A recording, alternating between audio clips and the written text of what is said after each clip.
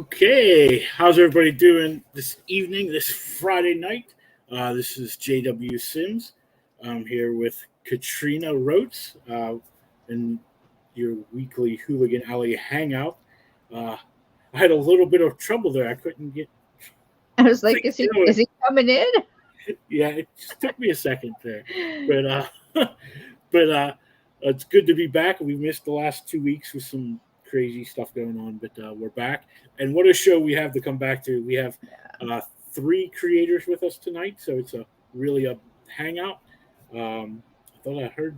Oh, he's probably okay. So I thought I heard someone else come in, but there they are. They were just hidden. But we have three creators. Sam Willis. He has a book that's on Kickstarter right now called RAZE. It's issue number 5, and we'll talk to him about that. I believe it's a horror book. That's what I was getting the vibe of anyway. So we also have SK, all the way from Australia, Yeah. and with a book on Kickstarter also right now called World. I must have said World. Wordsmith. And I believe that's it's volume 1, 2, 3, and 4. Mm-hmm. So we're going to talk to SK about that. And then joining the Five Timers Club, we have all the way from England, Mr. Rich Perrota will be on the show. So I'm going to go ahead and bring everybody on one at a time so they can introduce themselves. And we'll start with SK because he's the first one on the list. Yay. How you doing today? You're muted. There we go.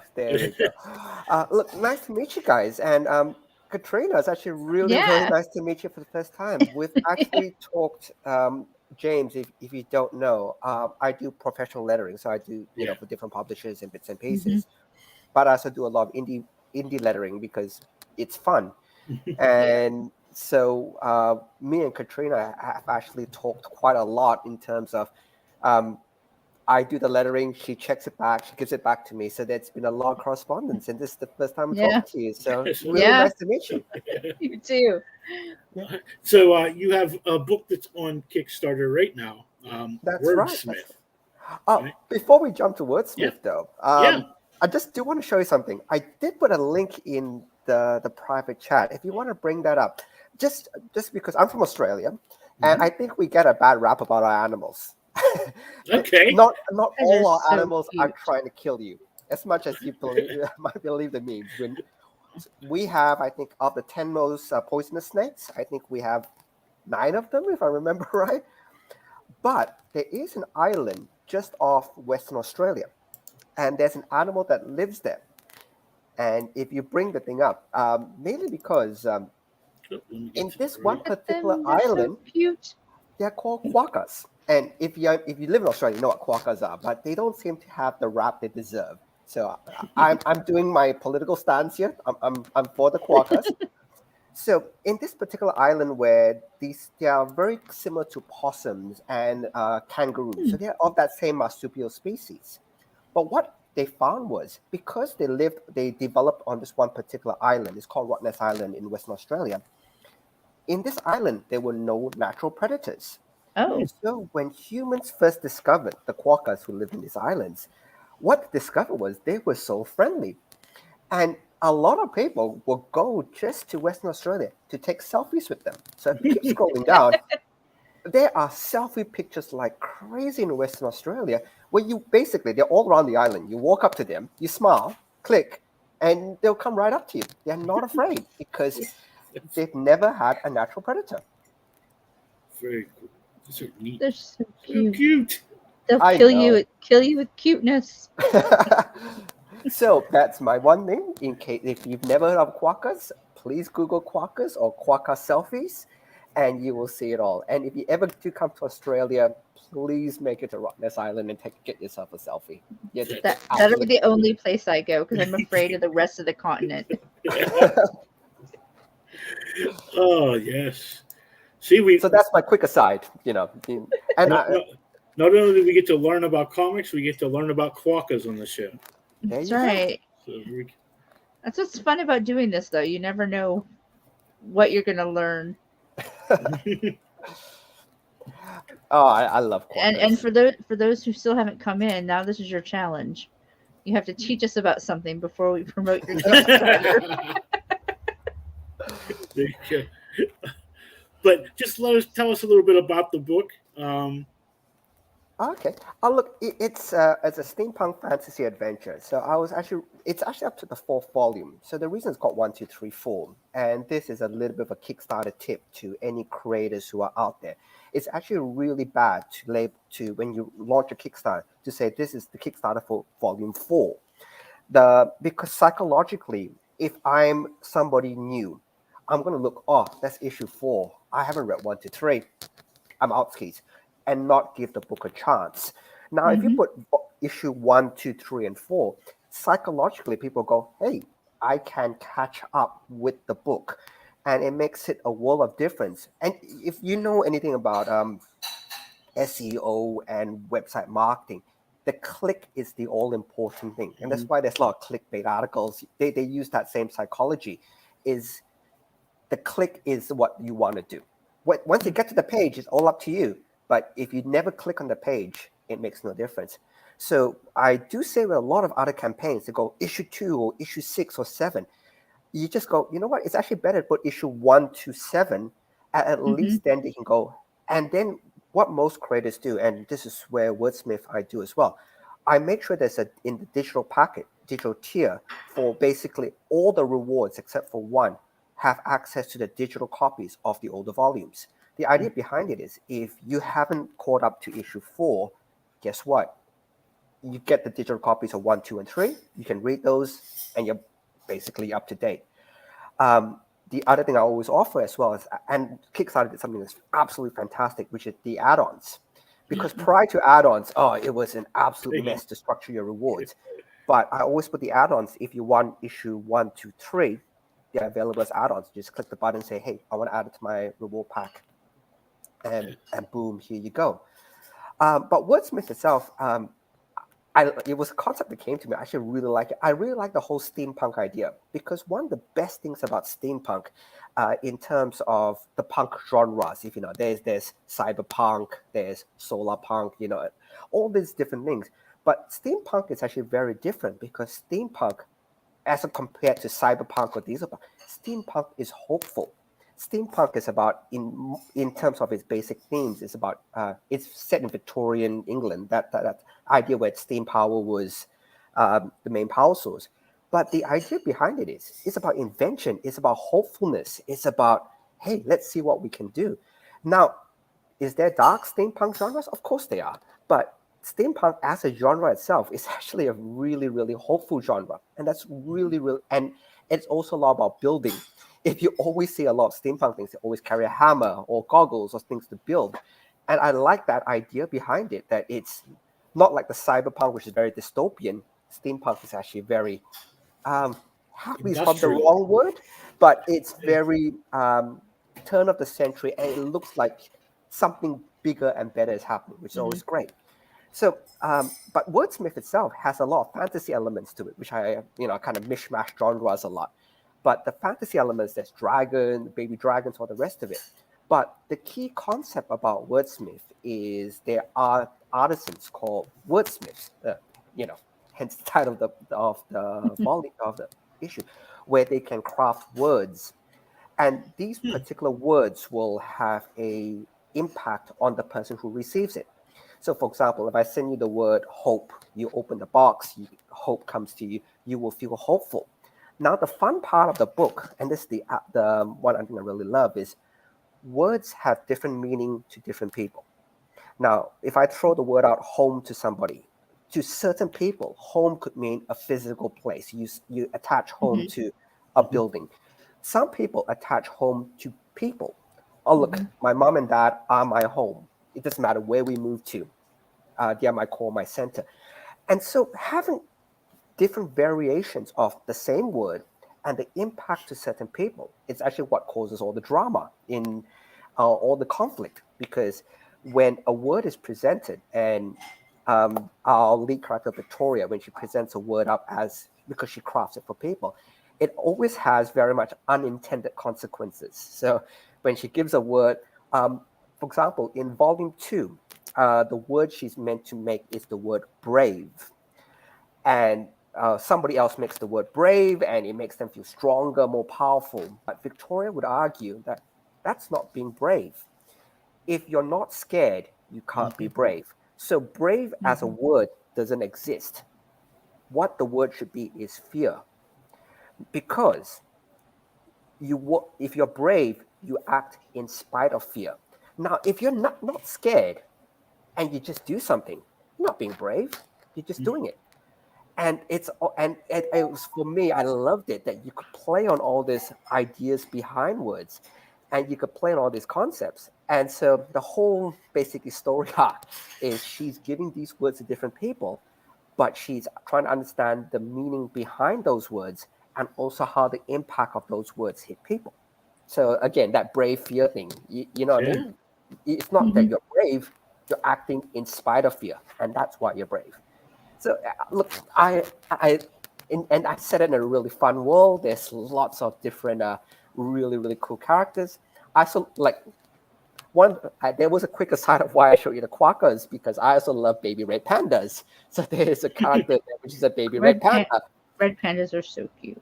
I know, and I love raccoons too. I love how if you ever, I'm sorry, I'm easily distracted, but I love how raccoons always wash their food. In Japanese, the direct translation of a raccoon is a wash panda. So if you take the two words, that's the raccoon, because they always wash their food and they're so cute. They go wash. And so I like to have all this. But one of the things I could show you is if you bring up I'll put a link in there, the campaign. But one of the things, I hope you don't mind. I'm jumping all over the place. No, go ahead. But do play the video for the campaign, because one of the things I've been really experimenting with, and I'm really excited to show you guys, and I've done it for a couple of videos now, is what they call motion comics. And so this is not animation where it's speaking. It's still a lot of reading, but it's motion comics. And look, watch the video, and I'll try to get your thoughts on it afterwards. The link's in the private chat if you want to bring it up. I have it here. Let me grab it real quick, and just takes me a second to get it all queued up. I remember when you share, you had to click the little button that says share sound. Share, well. Yeah. Share screen. It'll take me just. I guess I could probably go to it and bring it up first. Before I have to go would be good. Hey. I have to leave the show early tonight. I have to pick a friend up from the airport. That's okay. So I'm just giving him grief. By the way, while he's working, we can talk a little. I'm really waiting for your notes from the other project that we're working on. I won't disclose the project because it's not I sent them back, so I'm just waiting for them to come through to me. It was really clean. There wasn't a whole lot there that I went through. I've done my best to clean stuff up as well. So I'm trying to be better. So. By the way, one thing with lettering is, and there's two schools of thought on this, and I'm on. If I see a mistake, I will fix it. I'm not I'm not that cruel to go. It's in the script. It's what I do. I know there's a lot of letterers who are very strict that way to go. If it's there, it's there. I don't touch it. I tend to go. You know what? I'll if I see it, I'll fix it. Sometimes that gets me in trouble because sometimes I go, oh, that's intentional. I want him to not get it right. But anyway, so pop the video up and let me make sure we're. One thing I hate is I can never see the screen whenever I am. We're full screen and good to go. All right. Well, you know what? I didn't share the audio. So let me go. Oh no, the audio is fine. Is it? They used to always.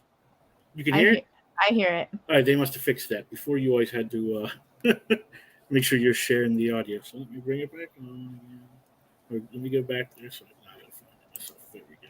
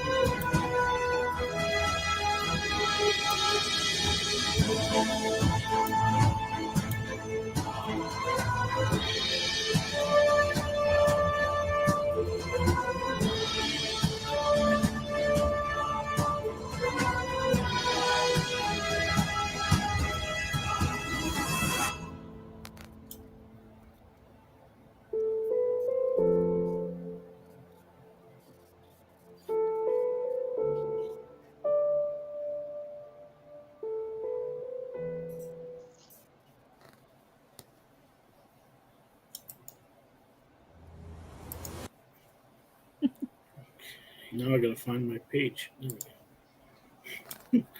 I'm getting there eventually. There Yay, we're back. We're back.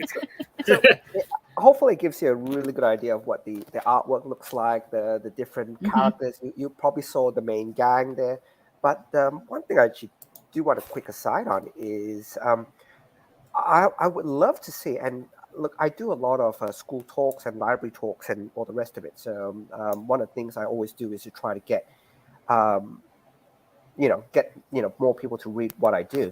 And what I find is a lot of teachers, they don't want to go straight to the animation, like where there's voiceovers and things like that, mainly because it doesn't encourage kids to read. It's too much. No, they're just listening, it's just watching a video or watching a movie. But there is that sort of niche that it's in between straight animation and also in between, say, reading, where they're reading words on the screen, where it pops up and it drives the discussion. I'm actually seeing a lot of ask for it. It's actually, I think it's still very niche. I don't think it'll be fully huge mainstream, but I actually do see it that sort of animation. I see it as it is something that will grow, especially in the education space where, hey, look, and as well as it's something different. There are some people who just go, you know what, I want to read, but I want to watch at the same time. So I think it's an interesting mix. What are you guys' thoughts on that one? I actually really enjoyed it. Of course, I'm, looking at all the details on the lettering, but that's just out of habit. You'll be happy to know I didn't see anything wrong. Oh, thank you. Thank you. But I like that.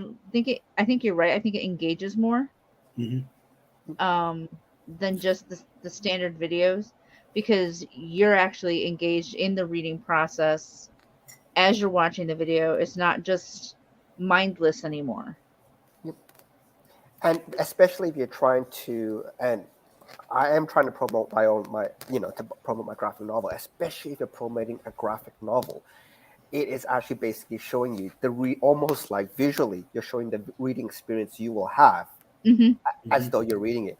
So Kickstarter tip to anybody out there: make sure you put all your volumes in, and as well what they call motion comics. I think Marvel started doing that a lot as well. I don't know if you've noticed, like when they're advertising new comics, Marvel has taken the same route. So it looks like there is some merit in it. I mean, you don't have to do what everything the big two does, but if the big two starts doing something, there may be some merit of why they do it. And to be really fair, to make it easy for you guys as well, I'm a letterer, but if you ask the letterer to separate all the words in a separate layer, it's actually not that hard for a video guy to split them up. Yeah, like it's actually it's not particularly hard, because if all the letters are separate layer, each bubble becomes an object, and all you need to do is time the object to appear and disappear. Time it to appear, disappears. Any video guy who knows what you're doing should be able to do that pretty easily for you. Nice. See, I give advice as well. I don't just chill. my mind is going, Nice, nice. Yeah, Eric, watch out. I may have some ideas for the next campaign. And the thing is, it's to get that type of effect. Again, I do a bit of video work as well. Look, it's something I have a passion for. I'm learning more than anything else, to be really fair. This one I had some help with, to be really fair. I'm not going to say I did it all by myself. I didn't. I had quite a bit of help. But in terms of video, if you have the whole page of comic, you can time the video to move from panel to panel. That's actually not too hard to do. You basically set points where you actually move the video. And when those video moves, you then set the bubbles at certain points to appear and disappear. So if you've seen those video editing software, it's basically long lines of actions, and where things come up and vanish. It's not that onerous. And what I find when I do it, and that's why I get help a lot, it's very messy, more than it's hard.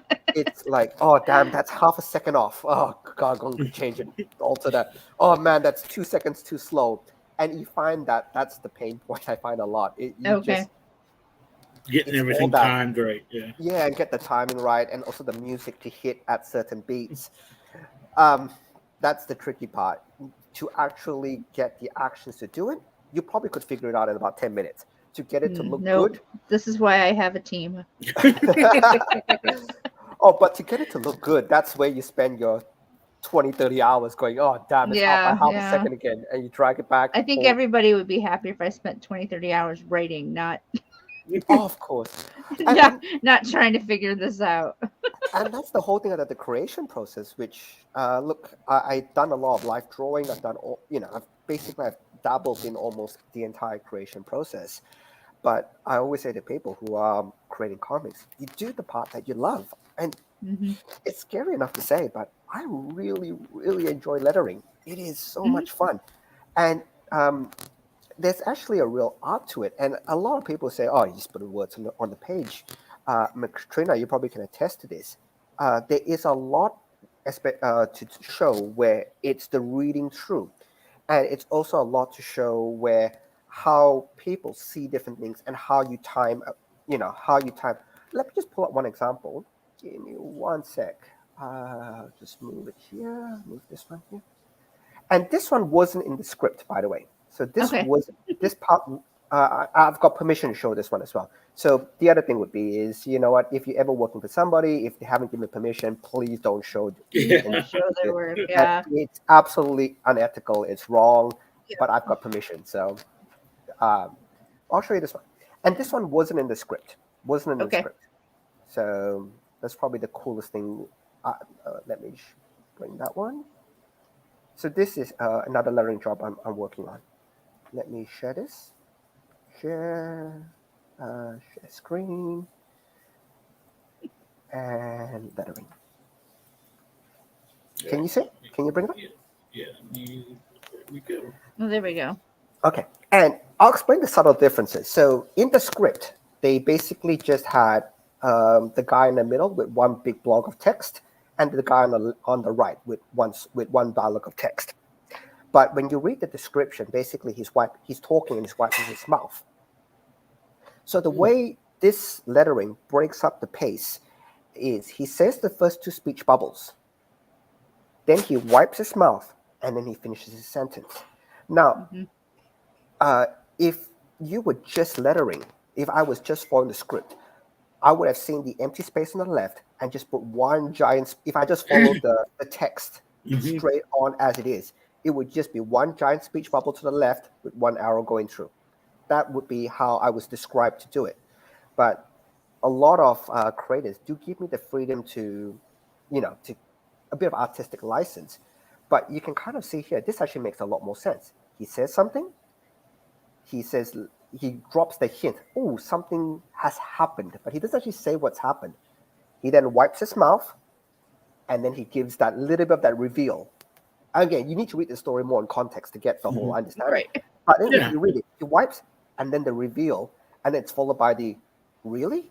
And this is the end of... And so you can then see how lettering breaks the pacing up. Now, if I just put a giant speech bubble on the left, the pacing would be so different than the way it flows now. Mm-hmm. And that's why I was saying, if your lettering, if really, in all total honesty, if you're not sure on what you're doing, really find a good letterer. A good letterer is really akin to finding a good artist, to finding a colorist. I'm not going to be nasty and pick on any books out there, but the amount of really beautiful artwork, absolute gorgeous colors, and all the rest of it, ruined by the most horrid balloons, the most horrid text, the most. I've seen text where, for example, if you put to be continued, that should be bottom right. It has to be bottom right because, that's the last thing you see. Mm-hmm. I've seen people put to be continued bottom left. And you're just going, the breaking natural reading orders and all the rest of it. And the whole point about a really good lettering is you have to be invisible. That's the point. If you don't notice the lettering, but it gets the pace to you, like in the case in this particular panel, I've done a good job. Now, if you've noticed and go, oh, that looks ugly, or that's missed that, or whatever, I've done a bad job. My job basically is to set the pace of the story without you noticing I'm setting the pace of the story. And I've seen so many projects out there and honestly, it's not about me trying to solicit more work. It's about me saying, guys, not just me, but find somebody who understands this, because I do the same thing. It's when I start talking about proofreading. Yeah. If it takes you out of the story, guys, something is wrong. Yeah. And I tell people, look, okay, yes, my rates are really good, but it's not about paying me. It's about getting somebody who can make your book be the best thing it can be. Exactly. 100%. Because the last thing you want is start with issue 1 and people are so taken out of the story, they never buy issue 2. Mm-hmm. Yep. And the one thing I mentioned this quite a few people where when I'm lettering and do editing, I've gone through entire stories where I'm lettering and the two main characters never introduce themselves. I've had, and you just you know what I mean. So when I'm lettering, I know who they are because they actually say person's name, dialogue, person's name, dialogue. So for me, I can let it through. But in the actual story themselves, they've actually never said their names to each other. Yeah. As an artist, I've gone through many a times where I've been drawing something. I'll go like, do you know you never say this person's name in the whole book? Like, I know. I'm like, you can't do that. And you're just going, it sounds a bit contrived, but most people, when they start working together, colleagues or whatever the story goes, one of the first few things they do is, oh, hi, I'm so-and-so. What's your name? And it just seems that a lot of writers, or creators, seem to forget that part. It's like... because they know the character, so they just forget that we don't. I find even when I find myself doing the same thing. I don't write comics. I write children's stories. And I'm working on a book right now. It's all about cats. And same thing. Yeah, I know the characters. And I have to and I have found myself reminding myself. Somehow get their name into the story. Because, it's not going to do any good when I say to some kid, hey, who is your favorite character? And they're like, I don't know any of their names. Look, again, there's the thing about lettering and like drawing and all the rest of it is, it's really not my place to say most of these things. But I will mention it usually once, hey, you guys you realize this is it. But I never push it because my job is basically to get the bubbles in there. But it's just... the other thing I usually find that's quite missed is what they call there's different types of dialogue. And there's two big types of dialogues when you're writing a story. One is expositional and one is character. So, I mean, there's multiple, but let's stick with the top two. So expositional dialogue is the things that usually move the story along. Oh, the MacGuffin is here. You need the dagger to slay the beast or whatever it is. And then you have the other type of dialogue, which reveals about the character. So not so much in terms of, oh, my dad was really nice to me or whatever, but more that the nuance of what they say shows who they are. Like if they are being nasty or whatever, they reveal character insights. And what I find is a lot of writers seem to keep the two very separate. When they talk about the expositional part, they it's not character driven. But the best type of dialogue, and by the way, I'm guilty of everything I'm saying. Everything I'm saying, I'm absolutely guilty of. But the absolute best type of dialogue, which I've read, is able to combine the expositional and the character-driven dialogue into one really, really neat package. I think I don't know if you guys have watched WandaVision, but there was the absolute perfect line. I know you're shocked that I've actually said I watched something. JW. Yeah.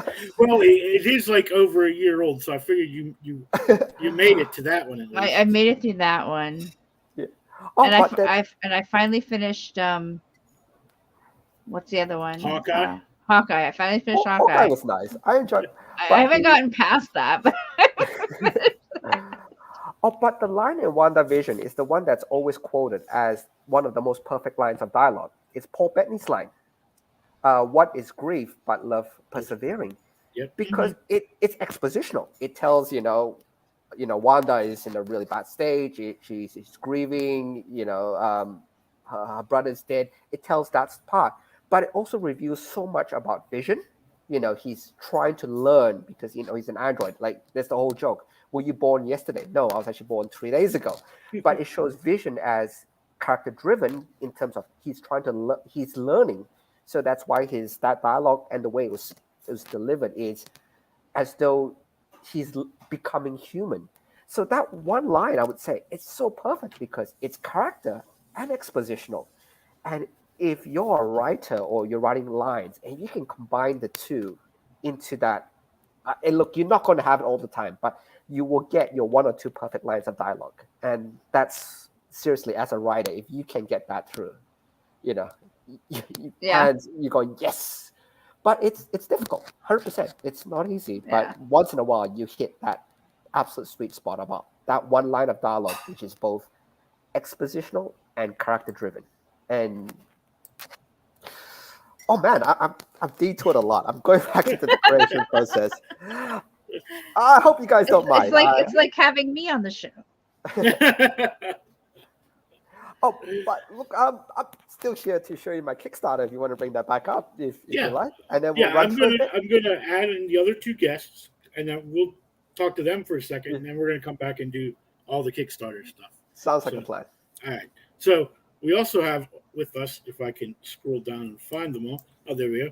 Well, because it's like it drops them on the bottom, and I can't see them.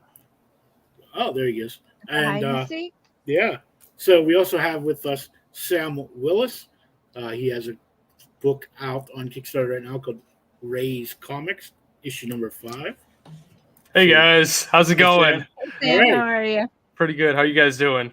All right. Hey, you want to just give us the quick rundown of what your book is, and I'm going to grab Rich and bring him in, and then we'll have some absolutely. Fun. So to keep it simple, it pretty much follows a main character and a bunch of his friends.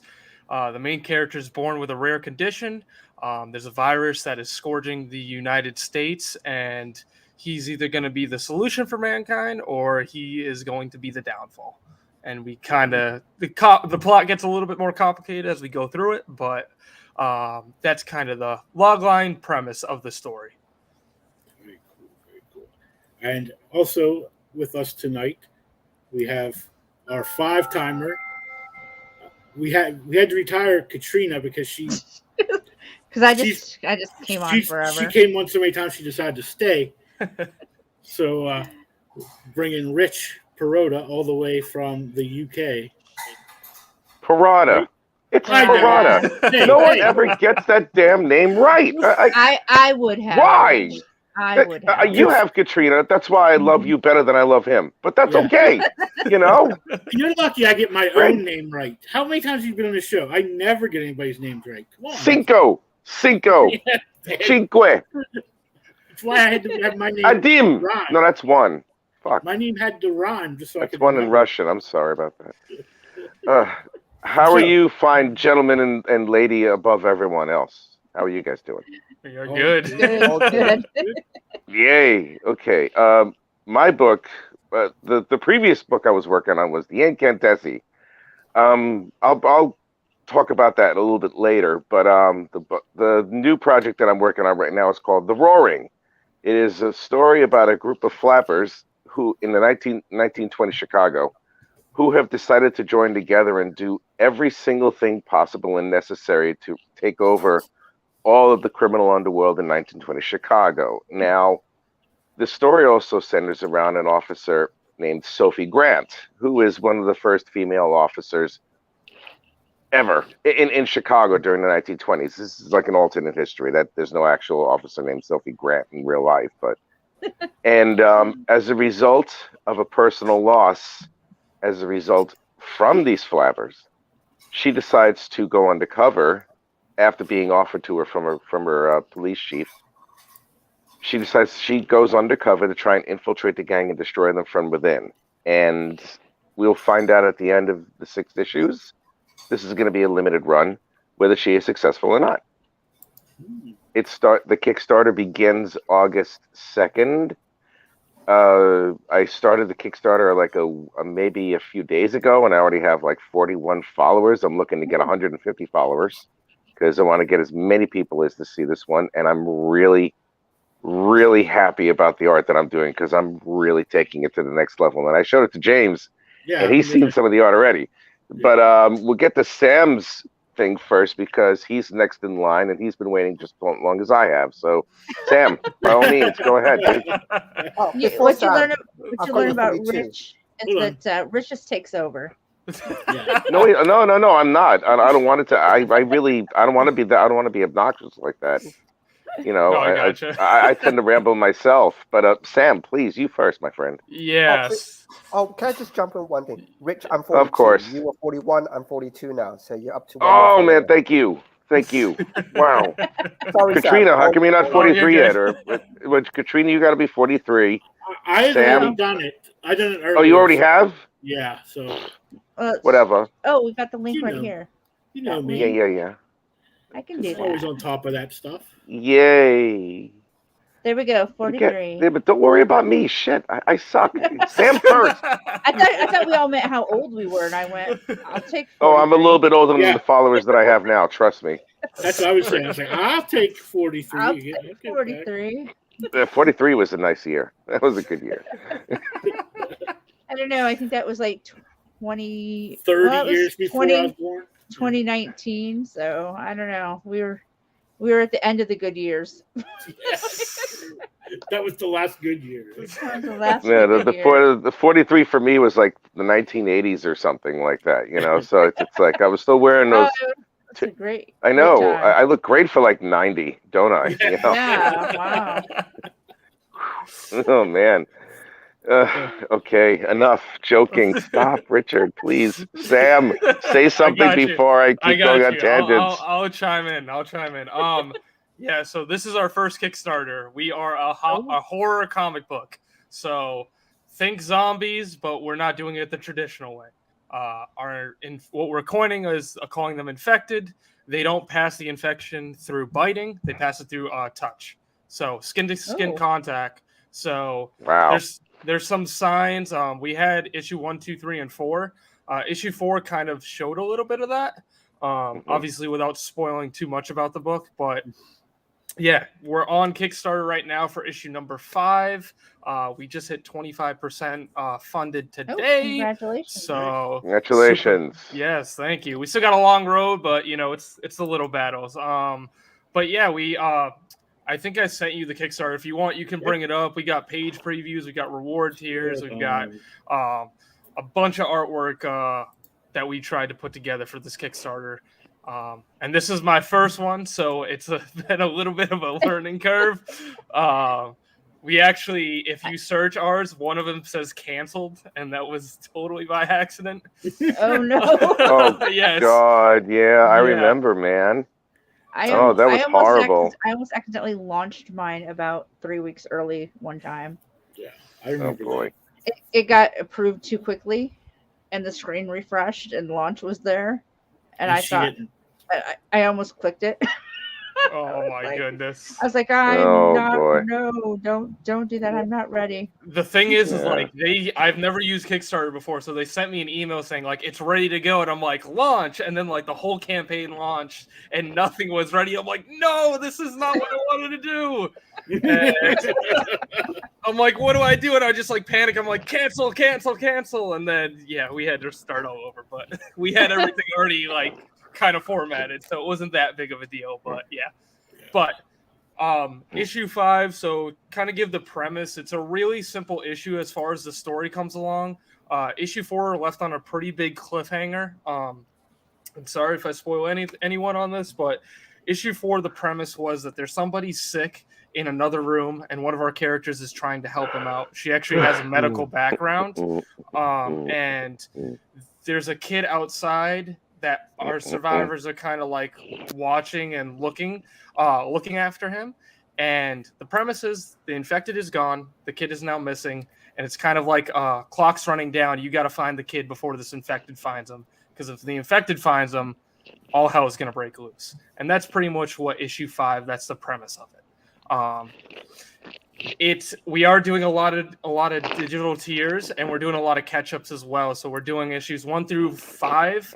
One of my favorite tiers that people can opt into is it's $12 for 5 issues. So it's about I'd say $2.40. So you can actually catch up on the story all digitally for a really affordable price. But if you want, you can scroll down a little bit. There is a page previews right in the beginning, and that's going to kind of give you a little taste of what issue 5 is going to look like. Cool thing about it, issue 1 through 4, we hired all these artists and whatnot, and our co-creator is actually the one who's doing all the art now. Craziest thing is he does it on his phone. So all this art you're seeing is right off of his iPhone. So he's pretty incredible. We've had the fun time of making all these issues and trying to up the horror and make it as enticing as we possibly can. Can you get him an iPad at least next time? Yeah, this yeah. But so we wanted to up the horror this time, and he's been killing it on visuals. We've been digging deep creatively how to make these pages different and up the ante. And I think when people get issue 5, they're gonna see how much work we've tried to put into this issue. And we do have a lot of cool physical tiers as well. We do have, for our catalog, we have this really cool, it's a homage to a Spider-Man poster, and we kind of razified it. So we're going to send that out, 11 by 17 poster. We got the sticker set. Obviously, you have the variant cover, so that's our first ever variant cover we've ever done. Yeah, so that's kind of a homage to the Spider-Man poster. So we kind of razified a little bit, kind of did our own take on it. Oh, there's stickers. Yeah, we got some stickers going. Yay! Yeah, so pretty cool for that. And if you scroll down a little bit lower, there's also, we came up with these, we were originally on Patreon, and it was kind of like trial and error. And we came up with these really cool images for these, kind of for the little, forget what it's called, the membership tiers on Patreon. Okay. And we really like the 64-bit idea, and we're like, oh, we should just turn them into keychains, like just something that's fun and playful. It is in the zombie realm, so we tried not to take ourselves too seriously when we came up with these physical rewards. And we kind of just wanted people to have fun with it and kind of get something back from helping us obviously fund our book. God, those are so damn cute. I love them. They are. Holy crap, man. Those are the dopest. And then if you actually scroll down, because I will say for issues 1 through 4, you don't get a ton of information about these characters. So we kind of made this really cool team photo, almost like a selfie, tried to modernize it. And you can kind of go up and down, and each number is labeled for the character. So you can actually kind of get some more, I guess, info on the characters that we haven't released at all. So it kind of gives you a little bit of insight where we're going with these characters, and obviously how that's going to play out in future issues. Man, I got to tell you that art you have there, if you had it like with a little bit less saturation of color or something, you'd be able to like make it into like a post-goth band or something, band cover album or some shit like that. You know, it'll be like so edgy. It's like this album is so hot. This album is so hot. It's about to drop. It's measured in Kelvin. That's what it is. See how hot this is? Yeah, I stole that actually from a meme, but that was really cool. But I really like this art, man. Yeah, thank you. Trey did all the art, so that's my co-creator, and then I know. You Rich, remember me, right? Yeah, we've already talked. We've already talked. Trey's great. Yeah, Trey is an excellent artist, man, and I love the enthusiasm that you have for this project. Oh yeah, we're how much farther? Can I ask how much farther you're gonna keep taking this as far as it goes? Sky's the limit, baby. Sky's the limit. I hope so, man. I hope so. I wish both of you guys, both USK and you, man, really the best of luck. I hope you guys really kick ass on all the stuff you're doing, man. Yeah, I'll share your pre-launches when I after this when I get a chance. I appreciate you, man. Thank you. All right, guys. Send me the link also. You're leaving? I have to go. I have to drive an hour to the airport to pick a friend up. Whatever. Oh, dang. Yeah, I know. Yeah, he's more important than we are, Rich. Yeah, well, you know. Yeah. Screw. F that guy. Yeah. Well, you're gonna get there and his plane's gonna be delayed, and I'll probably feel that way when I pull back in because I'm driving in 45 minutes to the airport, 20 minutes to his place, and then an hour back home. Oh gosh. Wow. So, that's a you are a very good friend to people. That is nice. Yeah, because if I did that and be like, get a bus, go home, walk. We both live in areas where there just aren't the public transit options. So Uber. Oh really? Yeah, it's kind of the poor thing. It is the downside. Somebody asked me about DoorDash the other day, and I went, "That's cute." Yeah. I have one pizza place that will deliver to my house. Jesus. Oh God, is it even decent? It's a chain pizza place. It's like Domino's. Oh, barf. It's Marco's. Oh, so they have good deep Marco's. Not deep dish, but the Sicilian. I like their Sicilian. Yeah, they're not bad. But all right, guys. So I don't know what Sicilian is. You guys are looking for me online. I'm gonna do the little rundown. Okay. Find me on Facebook, Twitter, Instagram, all the usual places. The Twitch. And if you're looking for an editor, drop me a line. Editor, proofreader, that's what I do. All right. Thank you. See you guys later. Nice to meet you. You too, Bye. Yeah. All right. Now it's just the guys. We can. Yes. Now it's a sausage fest. Oh, great. Look, It's a good thing we're all it's a good thing we're all separated by this, or we'd have to cross the streams or something. You know what I mean? And we're all like far enough away from each other, like we're all like spread out. I don't know. I'm pretty well endowed. I could probably reach about 3 of you guys right now, man. Wait until Katrina left to bring those out. I know, right? This took a hard left turn. As soon as she leaves, all of our mental ages drop about 30 years, and it's like, all right, here we go. Penis is up, boobs. Oh God! Zombies with big tits. There's one bit of advice I will give you, and again, it's constructive, so please take it whichever way you will. Okay. So when you look at the campaign, let's say you look at the campaign before someone clicks into the campaign, and if you have, say, RAZE issue 5. Now, because this is your first campaign and there isn't 1, 2, 3, and 4. Now, you just put issue 5 in there. What you will find is most people won't click on it, mainly because they go, I've never seen 1, 2, 3, and 4. I've got no invested interest in issue 5. Why would I click on number 5? And it's a really easy thing to fix. All you need to do is, and the thing is, you are offering the digitals 1, 2, and 3, and 4. So it's not just. What you would want to do is you want to go RAZE issue 1 to 5. Just modify it slightly. That way, if somebody's news coming in, they won't go, oh wait, it's issue 5. I haven't heard 1 to 4. Not interested. They'll go, hey, there's 1 to 5 in here. Maybe I'll click and take a look. And that click is the difference between someone thinking about pledging or not getting a pledge at all. Because if you imagine, if you know anything about internet marketing, everybody wants the click. The click is God. There's clickbait articles and all the rest of it.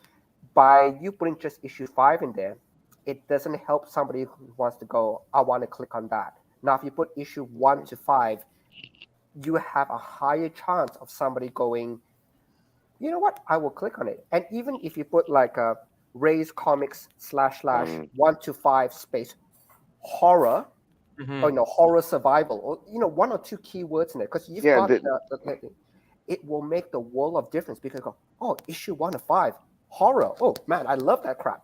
Click. You covered this before. Yeah. We heard you cover this before. Yeah. It also will make, like, seriously, just the title is the absolute key. 1 to 5 horror, and I'm putting words out there. You can use whatever words. Horror. Yeah, no, I got you. Yeah, what I want to hear is words from Sam about his campaign. What we all should hear, because I definitely want to hear more about Sam's campaign, man. Keep rocking it. I want to hear more. So if you scroll down a little bit too, we got to do a really cool thing where this is all kind of our the creators, and obviously people worked on it. We tried to make it like very animated and fun, and you can kind of see obviously like each person and see what jobs they do. Coolest thing is my little brother. So that whole iPad right there, that's a breakdown of our animation trailer that we did. So it's like frame by frame for the storyboards. And then each page you're seeing is actually pages from issue 6. So it's kind of like an Easter egg as well of like, this is going to be something to come in our comic, which is pretty cool. And then if you scroll down below that, we have Ivan, who does all the colors, and he didn't want his photo or anything. So he kind of had to make him a mystery character. Ivan is really black. Oh my God. That boy is midnight. Jesus Christ. Yep. Oh, wait, that's the silhouette. Oh, all right. Yeah. That's the silhouette. All right. And then this is kind of all our rewards. So as obviously that is so dope. Are you kidding? Are those hands? What the hell is that? That's cover 1. So you get to get cover 1 for $3. We wanted Who inspired that cover? Was that you? Yeah, we came up with the idea, and Ivan just blew us away with the cover. And then we're like, this cover's so cool. We have to stay on par with the design. And that's why you see every design has that big raised red text. And each one you're going into kind of like Easter eggs. What's the issue's going to be about? That is so ghoulish. I love it. And you got issue 5, God. which you get the dark woods, kind of the midnight sun going down. I love that. So very cool on that. Keep going down. You got digital so this is the one I was telling you about. You get all 5 issues for $12. So nice to kind of opt in and obviously help us out, and you get obviously 5 issues. That's cool. And then if you go down, you'll kind of start to see we start to go digital and physical, and then start to throw in those variant covers and that whole catalog that we kind of were showing you a little bit earlier up top. I love how consistent your campaign is. Thank you. No, that's not a dig, even remotely. Oh, I know. I love how consistent the message is as you scroll down the campaign, and you see it's still horror themed. It's still this. It's still that. It doesn't jump around, and it doesn't like what does it do? It doesn't drag your attention away from the focal point of the story of what you're trying to convey with these graphics. It's fantastic. I love this, man. This is really good. Thank you. We appreciate it. I mean, we You're want to welcome. keep You're welcome. one tone, you know what I mean? Because it is horror, so that was we were trying to implement, that was still when you're going on Kickstarter, that was like the main tone of when you're going through this, we want to immerse you in our world. So like these little add-ons we added was like, it was to have fun, but it was also to kind of have like, this little layer of horror when we're going through, like for example, the smiley face sticker, that's like a nod to our infected, like the bulging veins. That's the design from our story. And it's just like little things we could incorporate to like, add these layers of our story into these rewards, But if you keep going down, the rewards get bigger and bigger. We include more and more stuff, depending on what you guys like and what you want. We got our RAZE hat going on. And we actually have something really special, the $200 tier. We're only doing 5 of them. But our artist Trey, he's actually going to draw you as one of the infected, and my little brother's going to color it, and then we're going to send it out to you. and we're only doing 5 just because we're a little bit tight on time management and doing production. But if you opt into the $200 tier, you kind of get everything we're trying to offer. And we're trying to hit past our 2K goal because we do have some really exciting rewards. And this is my way to kind of plug all the creators that don't have this spotlight right now. Our first one, we're trying to raise 3K, and we're giving you 6 indie comics right off the bat. Some might be horror, some not. It's kind of a combination of all genres. So you'll be getting that, which is pretty cool. And obviously we got the 4K wallpaper that we're going to color in for you and send your way. And then we're going to send you our own movie poster. We got this done and try to get super hyper realistic on it. And it's going to be cool. We're excited. We're excited for people to come to our page and opt in. I like this. That's pretty neat. I'm trying to. I wish they just had a back to the top button. So, Yeah. So this is a 30-day campaign, I assume, since you have like 26 days left. So you got 4 weeks, give or take. So, and you're already at over a quarter of the way there in 4 days. So that's not bad at all. Yeah, we had a pretty good start, and I'd like to thank all the people on, I got a little Twitter community, so they were always really nice and really friendly, and I got to meet a lot of indie creators on there, so they really helped us push on that first day. I think we raised like $300 on the first day, so that's people fantastic. were coming out of the gate helping us out. This Especially is our first campaign. So. Yeah, so it was really, really, powerful and, obviously motivating because, the best part is people believe in us and they believe in our product and they want to see more. So, and we're going to keep on keeping on, Very cool. And you said this is, you don't have a set, it's like not a mini series or whatever you're going to. No, so this is something we've created for over 15 years. We started in 7th grade creating this story, and we have a lot of story built up. I can't really tell you when it's going to end. We do have a definitive end, though. I can say that, we've written 5 years into the future, so we have enough comics to keep us going for at least the next 5 years. So, and the story gets crazy. I cannot wait for people to see what we're gonna try and pull. So, there was something else. Oh, and how many pages is each issue? So they're 24 pages. So each issue is about 24 pages, give or take. We do have a tribute page, and we're gonna probably be adding in an extra page before the issue actually starts on issue 5. Yeah. So I'd say around like 26 pages. But I mean, if you get issues 1 through 5, you're getting like 100 pages plus, Yeah. So definitely a lot to hook your teeth in and obviously get you going in the RAZE universe. And so you said you've been having this story since 7th grade? Yeah. So it was like a what if question, and we just went down the rabbit hole, and 15 years later, we're here. So, oh my God, that peyote, that weed must have been really fucking good in 7th grade. Jesus Christ! Oh my God, send me some of that. How much has the story changed since 7th grade? Like very much, a lot. Yeah. We've done hundreds of revisions, so we've done a lot of, I think, research and making sure that we have a good story. We redid issue 1 3 times. So issue 1, we did issue 1 the first time. We're like, yo, this is crappy. What are we doing? And we kind of threw it away. And then issue 2, our artist kind of left halfway through the process. And we're like, let's just start over. And we just wanted to make something, I think, that it was easy to pick up and understand what's going on. Yeah. And easy to read, and that's kind of where we started. And it's just this crazy, I think, like up and down roller coaster ride as you're going through these issues. Each issue we try to make it feel like it's something totally different from what we've done before, and we always try to obviously raise the bar on that. Nice. So I'm trying to. So we can see everybody. Look, I do have to apologize. I do have to run. It's on the hour mark. I couldn't say the hour. Look, Sam, really, really good to meet you. I wish you all the best for campaign.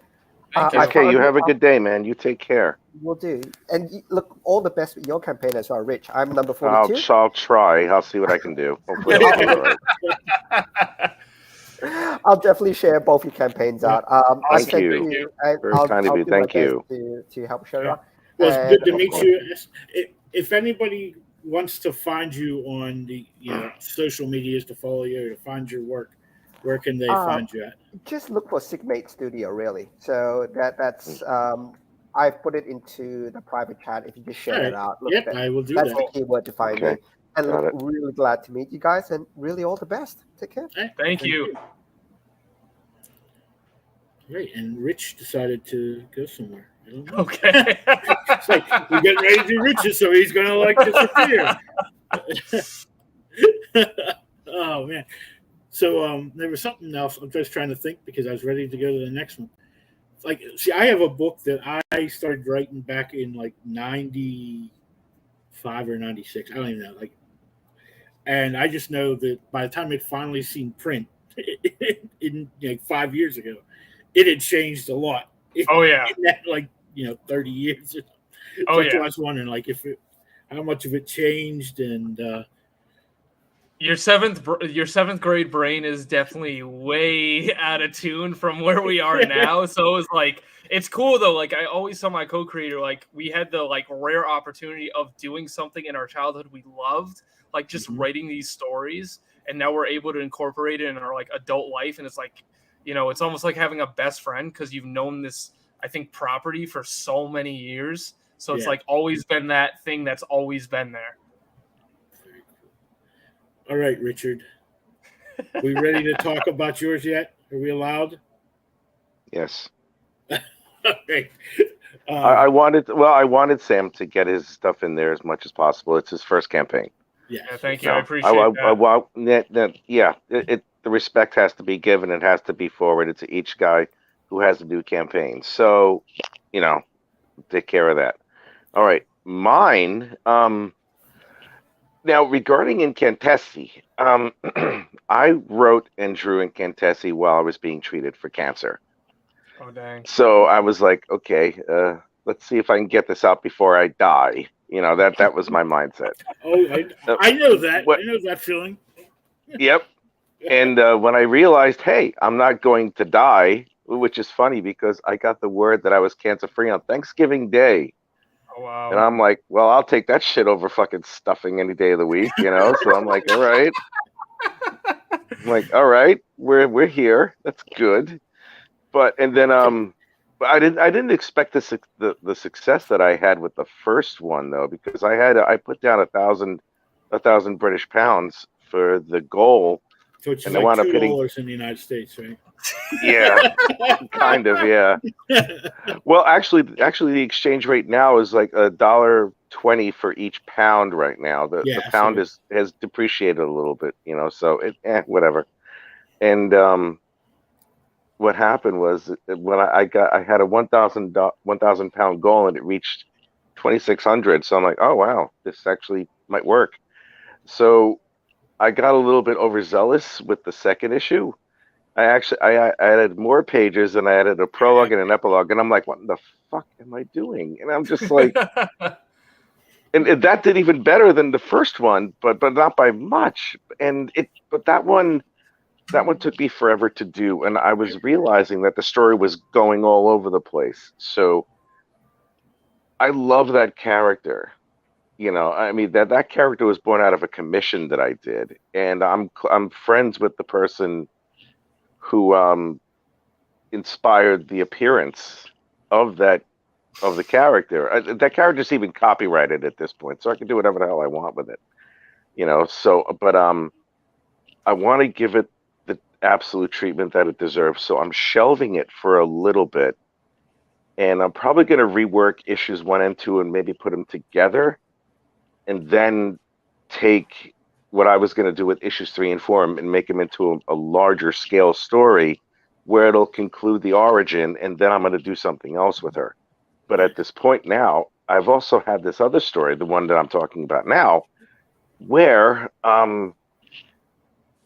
I wanted to do something a little bit raunchier. I wanted to do something a little bit more adult, not young adult, more adult, and it's like I wanted to get a little bit more gory, a little bit more sexual, if you will. I wanted to be a little bit more alluring in a lot of ways, and I wanted to push the envelope when it came to the storytelling aspects of it. And with the art that you have there, plus the Kickstarter that's there, you could tell that it's like, okay, this is a little bit of a departure from what Rich usually does. So it's like, all right, we're gonna do that. If you want to pull up the there it is. That's the cover for the first issue. Nice. That's awesome. That's that I traditionally penciled, and digitally inked and colored that sucker. Dang. Yeah, that's some fun stuff, man. I gotta tell you. I could hear it. You're preaching to the choir here. I know all about doing it. Yeah, no, it's like, I finally had the temerity to hire a letterer. So I'm like, okay, well, this letterer, he actually lives about maybe 10 minutes away from me. Oh, and the guy's been lettering. He lettered for Dark Horse 2000 AD. He's been doing it for about 30 years. Oh, and he's funny because when he goes to the New York Comic Con, he gets together with all the top letterers, like John Costanza and friggin' Tom Orzechowski, if you know who those guys are. And they all talk about lettering. And I'm just like, that must be the most thrilling conversation that I've ever heard in my life. Like, wow, look at this letter that I can draw. And I'm like, yay, that's great. Did you see that new stylized S I made? Yeah, it even has that little loop at the end. They start masturbating on each other. And but the guy's name is Jim Campbell. He's a great guy. I love him. His wife Lee. It's funny. My lady and I, we go over there once in a while for a barbecue. He loves barbecuing, and I love making pizza and pasta and all that stuff. So they come over. They're straight up keto, but I'm their cheat. So I'm their forbidden fantasy. I'm the dirty little secret. Every time Rich makes pizza, it makes me hungry. I'm like, why can't I find pizza like that here? Yeah, because I'm making it here. That's why. I need to get a food truck here, and I gotta do. You ever see that movie Chef with Jon Favreau? Yeah. Okay, that's got to be me. That's got to be me driving around with a little pizza truck, and then with my lady's daughter or something like that. I'll hang out with one of my buddies, and we'll both be going. We're singing, when I get that feeling, I want sexual healing. Sexual healing is something. It's just like, I want to do that because that's so awesome. Because like food is like art in a lot of ways, if you really do. And it's like, that's what I'm meant to do is like create. I have to use my hands in some capacity, at least something that's constructive. And I do it with this. I love telling stories. I love telling stories. I know I just meandered a little bit, but this is something that I've always wanted to do. But I didn't think I was going to take it in a different direction, but I decided to take it in this direction. And it's a little bit different than some like your typical bad girl comic or something like that, or like a girl hero comic, because these girls are villains. They're not heroes. They're not even remotely. They're nuts. They're really nuts. Can we pull up the art with the 3 posters that I did? Okay. Yeah, no, not that one. That one. This one right over here. Now, the girl on the left, all right, her name is Ruth Alden. She's the leader. She's the leader of the Trinity of those 3 over there. She's for lack of a better term, she's ruthless. She's very calculating, and she has clear command over the other girls. Now, the one in the middle, who's kind of my favorite, a little bit Dorothy, she's an absolute sociopath. She's Tommy DeVito from Goodfellas with the vagina. That's really it. I mean, and that's she's awesome. Taller and she's statuesque. She will do absolutely anything to get what she feels that she needs to get. Like she'll bang a mobster, and in the middle of having sex with the guy, she will kill him. And I mean, it's not like I'm even. Oh, I'm sorry. Forgive me. And then the one on the far right, that's Ginny Thatcher. She is no, I'm sorry. The middle one is Dorothy Barlow, and the third one is Ginny Thatcher. She has a photographic memory, and she has a dead accurate aim with throwing knives. Ooh. It sounds like she is, but she's not quite as insane as the other two are. And she sees the other two for what they are, but she has ends. The ends justify the means with her. She has her own agenda with it. But just like with a lot of things are going to change as the story goes on. Again, this is gonna be a finished story, a limited story. It's going to be 6 issues. I've already written issue 2 for the most part. I've plotted out issue 3, 4, 5, and 6, and I'm going to read. These are going to be like 22 to 26 page comics, which are a hell of a lot easier to do than a 48 or a 56 page graphic novel in the span of time it takes. I'm like, my God, what have I done? You know, because when I worked on Incantesi, it was a 48 page book, you know, and when I did that, it took me 5 months to do. And then I went. That's quick. That's quick, though. That's that's nothing. You're gonna love this one. I did that in about 5 months.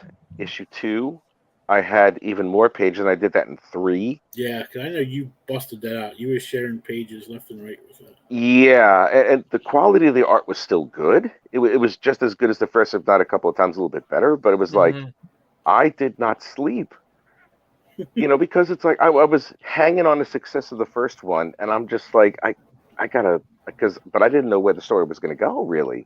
You know, like there's about, for the first 2 chapters of those books, I can omit about 15 pages from each one, and I can make them into a large format book, and the story will still make sense. You know, but what I want to do with this one is I want to have this as a complete, comprehensive story, which I think I have at this point, but but all I did was just write the plots for the 6 issues, and that's fine with me, you know, which is really good. So I started coloring this, and yes, James, I am going to send you do you want me to send you a JPEG or a PDF? PDF would be better. All right, I'll send a PDF. It'll be you gotta give me your email at that point then. I will. No, you know what I'll do? I'll drop it off in I'll put it in my Dropbox, and I'll just give you the link. That works. That shouldn't be an issue. Okay, so could we go through a couple of the pages before we get to the Kickstarter? I wanted to say, Rich, too, is you did a good job of like, I always like have a hard time when I read comics and you hear someone's name, but it doesn't like fit their personality or everything like that. Like just hearing their first and last name. Yeah, like someone just threw a name on a character. Like, yeah, so it's like you can see like already their personality just from how they look and their name, which is like awesome. Well, you have to. For me, it's like you want to make sure that the characters have a little bit of depth and a little bit of like, I mean, how these characters are created and what their personalities are help mold the story to an extent, you know, because it's like Ginny Thatcher, like I said to you, you know, she's not quite as sociopathic as the other girls, you know, so she may go one way or another when it comes to the 3 of them working together. Dorothy is an absolute wild card, and she can be trusted to an extent because she'll listen to anything that Ruth says. But what if Ruth decided to say something in one way and then Dorothy takes it in a different way? Again, she's not completely stable as a person. Yeah. She may do something that's rash. I'll send you the story, Jim, and there's going to be a couple of things where you'll notice where it's like she does things without thinking about the consequences.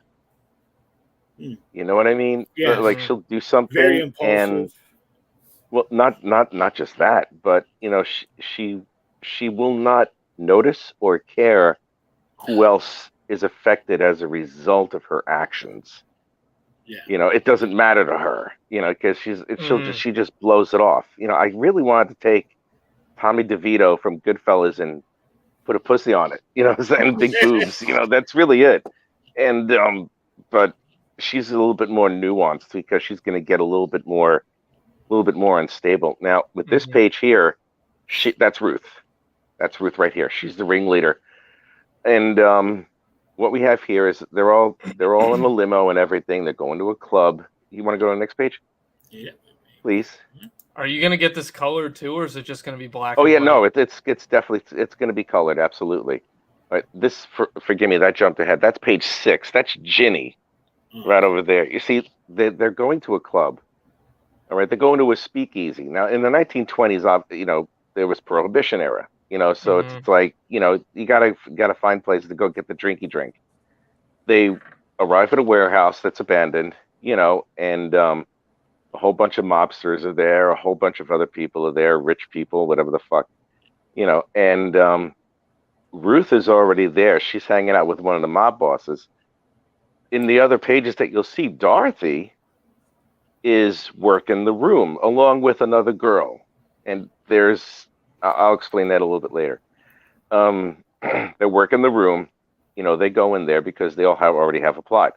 Now that guy that Ginny is about to fillet or whatever the fuck, he's one of the three heads of the three heads.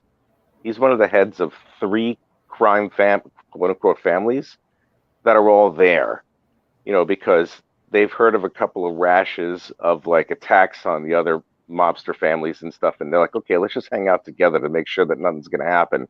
Well, you'll have to see after page 10, which I just finished drawing, and I'm not going to show it yet, but oh man, oh my God, I am. Let's just say I'm really proud of these pages. Now, you see some of this stuff over here. If you go in a little bit closer on the middle panels on page 6, these guys are just absolute pieces of shit. They're disgusting mobster fucks. You know what I mean? It's like you can see on that panel on the far right in the middle, he's just grabbing her titty. But grabbing her titty, it's like, this is mine and you can't do a fucking thing about it. I don't want. I'm trying not to hit the precipice, so it's like, I am woman, hear me roar and everything like that.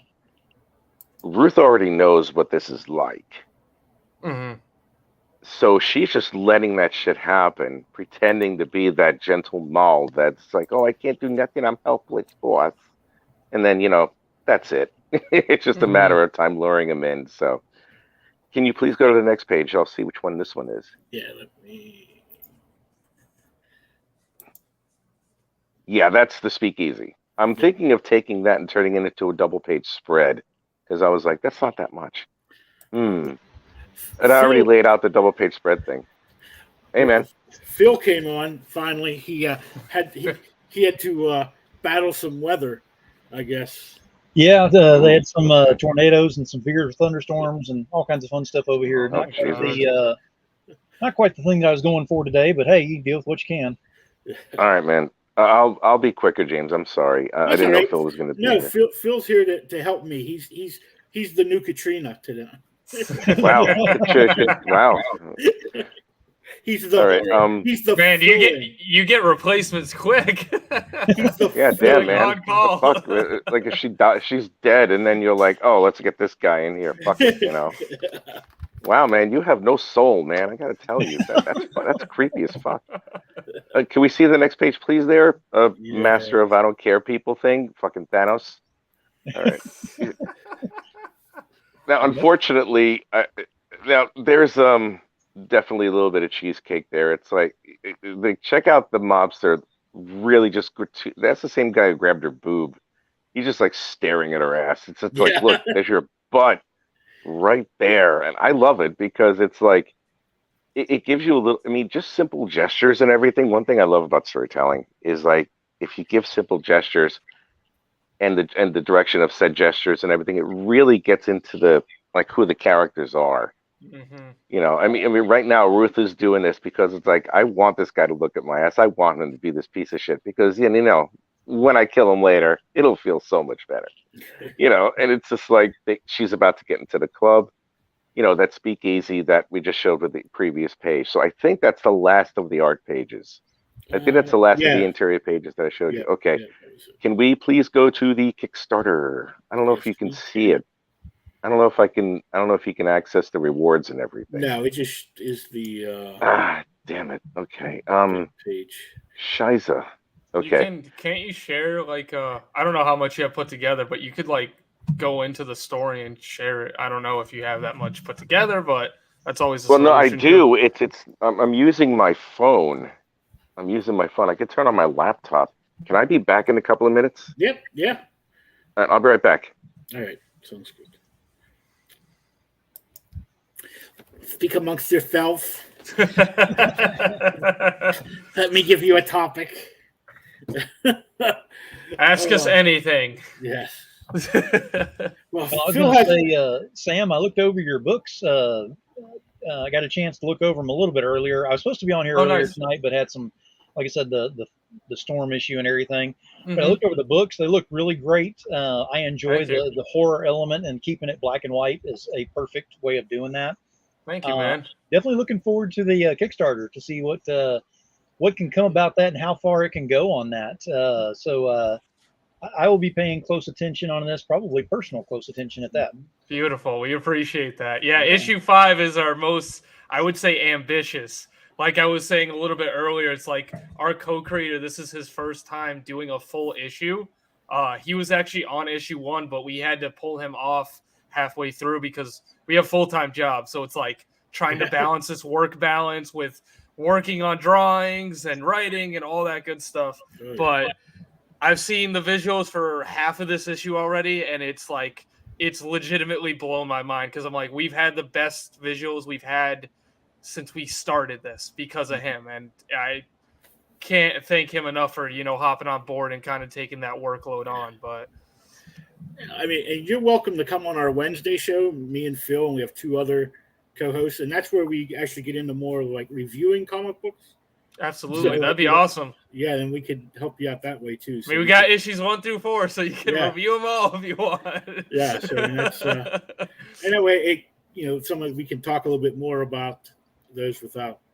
I mean, we'd love to do that. It's all about kind of getting our name out there, and that's why we did the Kickstarter, because issues 1 through 4 we never like marketed. We just printed the issues and tried to get them in physical stores, and then we're like, people need to know who we are, so you need to have more of this presence in the community and online, and that's what we've tried to do this year, and hopefully we're doing it a lot better than the years before because there was none, but we're definitely trying to obviously get our name out there.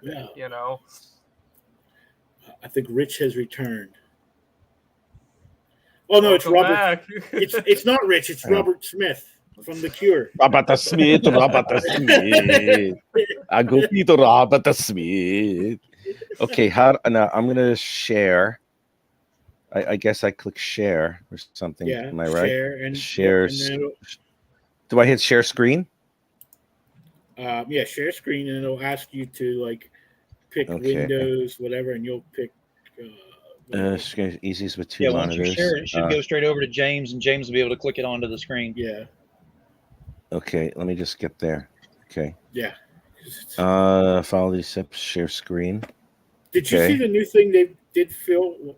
Like when I was sharing the pages, you can actually share files on here now. You make them a PDF. Yes. That was so much better than trying to like bring up pictures of pages. Okay. Exactly. All right, window. Okay, that particular window. Okay. Yeah. Share. Yeah, we'll teach you. All right, I got it. They also have where you can have the background music during the show. Yes, I think we need to have the Benny Hill theme on the Wednesday show. Yeah. Oh wait, that's not. You're sharing the wrong window there. Yeah, you have to go to a different browser. So you have to go to a different one, and then you share that, and then it should show up just fine. If it's on the one you're already on for the stream, it's just going to show this screen. Yeah. It puts you into the matrix. You're just in the continuous loop. Yeah. All right, so I should separate that from that. Okay. All right. Let me just I did the same thing when I first did. That's the only reason. That's the only reason I know it. Exactly. Okay, give me 1 second. Also, Rich, I followed you for your Kickstarter, so hopefully you are a fucking god. Thank you. I got you, I brother. love you for that. Thank you, man. Thank you, I bro. followed that earlier as well. I caught a little bit of what you were talking about it, but you had me at flapper, so yeah, I'm good. Yeah. Dude, I'm beyond happy with all this stuff that I'm doing here at this point. Yeah, I'm taking the story to the next level. At least I think I am. Okay, let's share the screen again. All right. I just want to say, like, the backgrounds you put in these covers is just like insane. Yeah, I just sit there and I'm like just looking at it and like seeing all this little crap in there. I was gonna say the textures too, like the way you kind of went like all the textures for all the backgrounds and the sofas and you know how their dress is just there we go. Now awesome. you'll control it, Rich. You'll like scroll it and everything. Okay, so all right, I gotta get to this. Okay. All right, so all right. Let me get to okay, I'll just get to the edit and basics crap because that'll just take me right there. Okay. Give me 1 second. We got this silly ass internet. The Virgin internet here is just absolute crap. It is. It just complete sucks. It so completely sucks. All right, we have yeah, it's like barf. I mean, I don't know what the hell I'm doing with this shit. Come on, guys. Okay. All right, not the rewards, because I want to get to the images, which I should have. The story. Okay. That should be it. Okay, do you see it now? Yep. All right, there it is. I have the title over here. A group of flappers calling themselves the Roaring have a singular goal: to take over all of organized crime in 1920s Prohibition era Chicago. Flappers, Ruth, Dorothy, and Ginny use any and all means to achieve their goals. Nothing's outside of their scope of what it takes to achieve criminal power. Instead, it's to seek blah, blah, blah.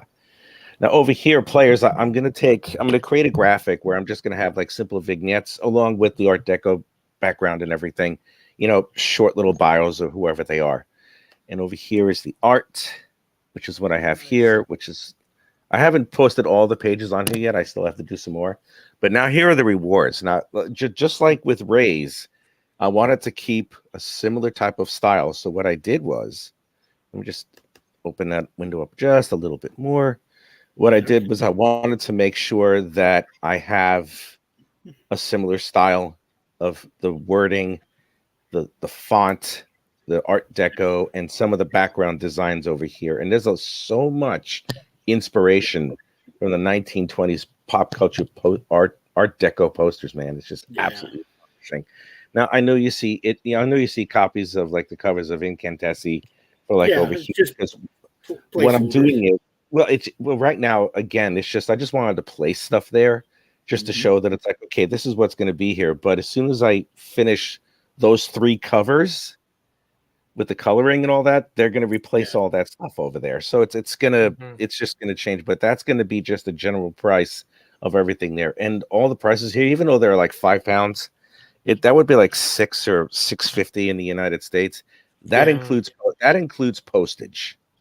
Oh, that includes the postage. Yeah, because I have someone in the United States who's going to take care of. Oh, that's right. That's right. You did. That's right. I work with RJ. You know, I work with Critical Blast. So, and surprisingly, it's very inexpensive to send bulk items over to the United States from the UK. I thought it would be really expensive. It's not. You know, so, and here's something that I really hope I get a lot of girls to do, or a lot of guys to do if they were into that shit. It's this commission reward tier that I have here. It's Crash the Party. This one's 2-in-1. This one's awesome. It's like what you can do that you can, if you get with this particular, what the hell? Why can't I scroll? The fuck? Okay, give me a sec. Okay, good. All right, I'll just use the arrow key thing. Right over there. It's like the commission reward tier, Crash the Party. It's where you can both be drawn as a flapper for an actual traditional black and white penciled and ink commission, and then you take that. Then you can take your version of the girl's version or whoever's version of a flapper that they look like, and I'll insert it into the pages of the comic. So it's a 2-in-1 thing. It's right there. each commission is in each commission that I do is going to be a mock-up cover. So that's going to be dope. It's like, haha, this is where that's going to be super. I love that. And I mean, I go through the whole process. I mean, I'm just using this generic flapper right over here just to be like, okay, I'm going to draw you as sexy as this, just to be absolutely sure, even though the person who gets it probably won't even be remotely sexy, but that's okay. Everybody, love comes in all shapes and sizes. I'll tell you that for nothing. So, and then over here, I'll have the original cover art, which I got to revision this. I'm just going to say original comic art instead of cover art, but I'll have the cover for issue 1 right over here. All the stuff I'm doing is traditionally penciled, all of it. Yeah. This is all digital. This is just digitally inked, because if anybody decides to get back the reward for the original art, I'll ink it traditionally, so they'll have that too.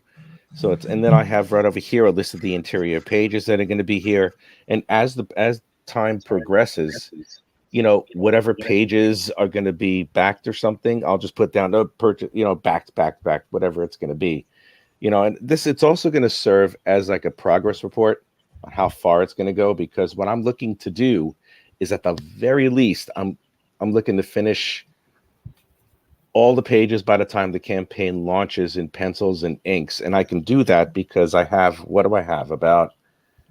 today's the 8th, the campaign launches on the 2nd. I have more than 3 weeks. Yeah. More than 3 weeks to do about 14 pages. I think I'll manage. I've done all that types of stuff before. So that's really all there is to it on that one. If I want to go back to the rewards, I mean, I have a couple of other things. If we just go back a minute, or I could let me just cancel that and I'll just go to the rewards tab. That's a great idea. Okay, it's okay. Continue. I don't have any changes. I don't know what the hell that's talking about. Well, it's just making sure if you did change. Yeah, anything. It's probably right. So what I did was another thing I did was I gave all these rewards titles, awesome. From slang of the 1920s. The slimp, it means someone who's like a quote unquote tightwad, or someone who's not going to spend all that much, which is fine. I don't give a shit. But I figured I'll just put it there. The slimp is the digital reward. It's just the digital copy of issue 1. And then you have the bee's knees, ships anywhere in the world, includes the physical goods, blah, blah, blah. That's like the first cover. And over here is the Foxy Moxie. That one's a little bit more. It's going to be, that one I think is going to be, that's Ruth. And then the Foxtrot is going to be Dorothy. And then the Foxy 3 is going to be all 3 of them, And then the Ritz is going to be all the books. And then you're going to have the retail offer. Then you have the retail offer for the other ones over here. And I even started with some of the original art pricing, like original art, page 3, Ruth, first appearance, whatnot. And it covered issue 1, the Crash the Party commission. I think it's going to be 150 pounds. I may drop it down a little bit. I'm not too sure because, again, the exchange rate, 150 pounds is still about 175 American, and there is a little bit of delivery. I may lower it just a little bit, probably like around 120 or 130. I'm not sure.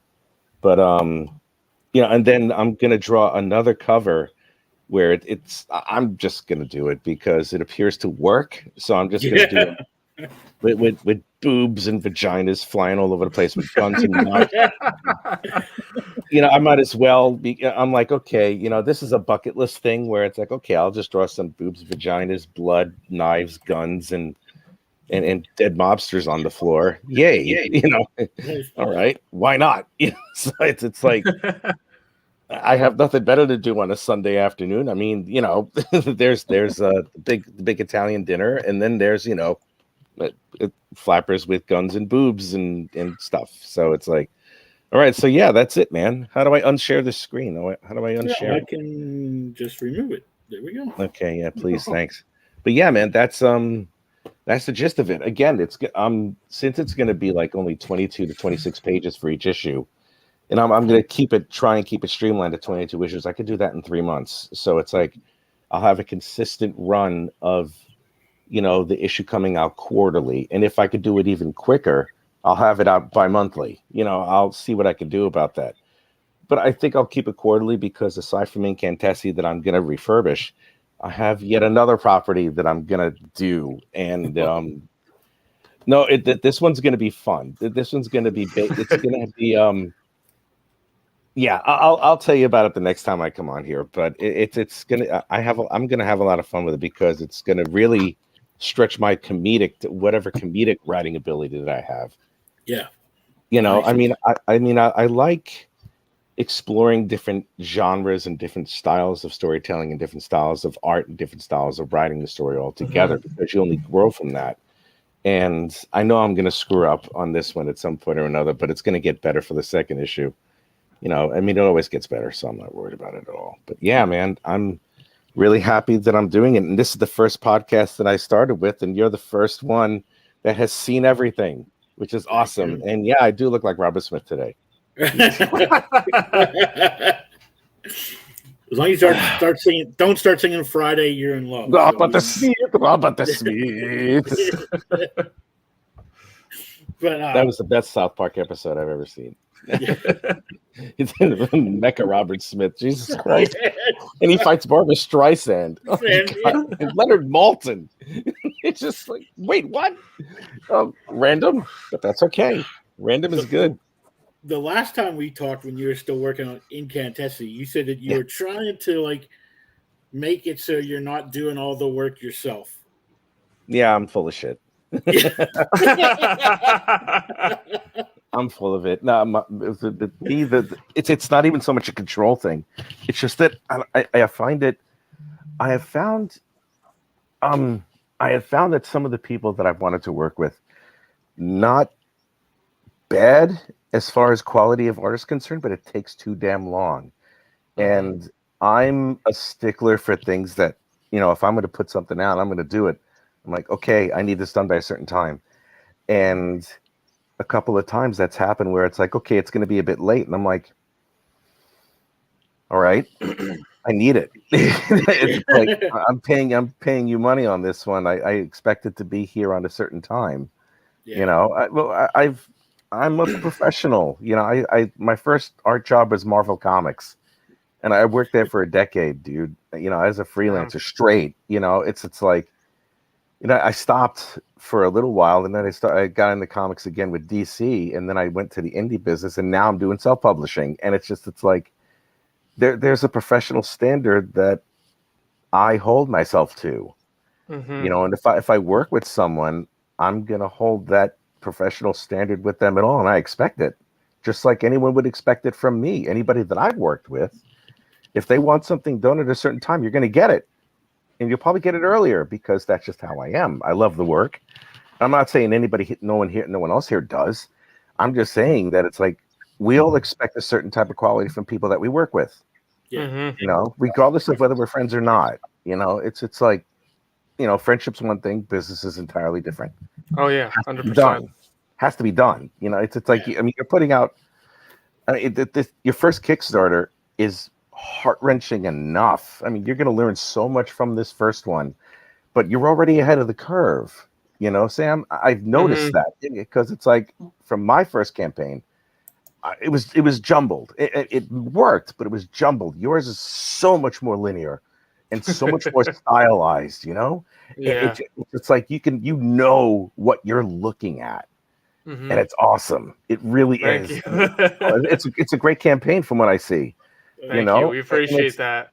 No, definitely. I just love how you kept the theme through the covers. So it's like, when you look at them, you know it's all like from the same thing. So it's not like Yeah, I mean, and it was like it's also too like anyone who's starting off as Kickstarters, like we were doing Patreon, and it was like we like took 3 to 4 months to get this ready. So it was a lot of research. It was a lot of like seeing what people are doing, and like a lot of, you know, I kind of picked apart different Kickstarters that I saw and liked, like the whole showing all the rewards at the bottom of the screen. I just thought would be cool and an easy way, because, you know, it sucks too, because when you're scrolling down, it stops like a quarter of the way, depending on how long your Kickstarter page is. Yeah. So it's like an easy way to access everything and be like, okay, if someone went to our page before and they're like, I want to see the rewards, they can just scroll down all the way to the bottom, and they have this whole like catalog. that they can just kind of choose from, which makes it easy. Mm-hmm.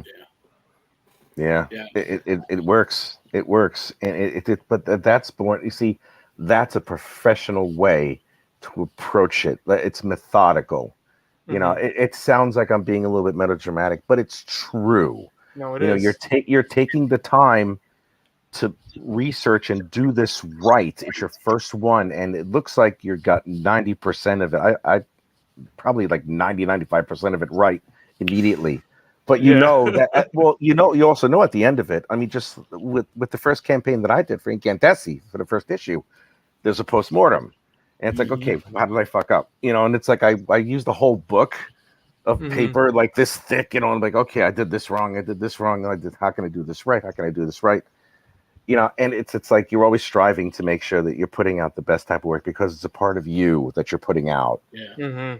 And if you put out crap, you know, it's gonna show.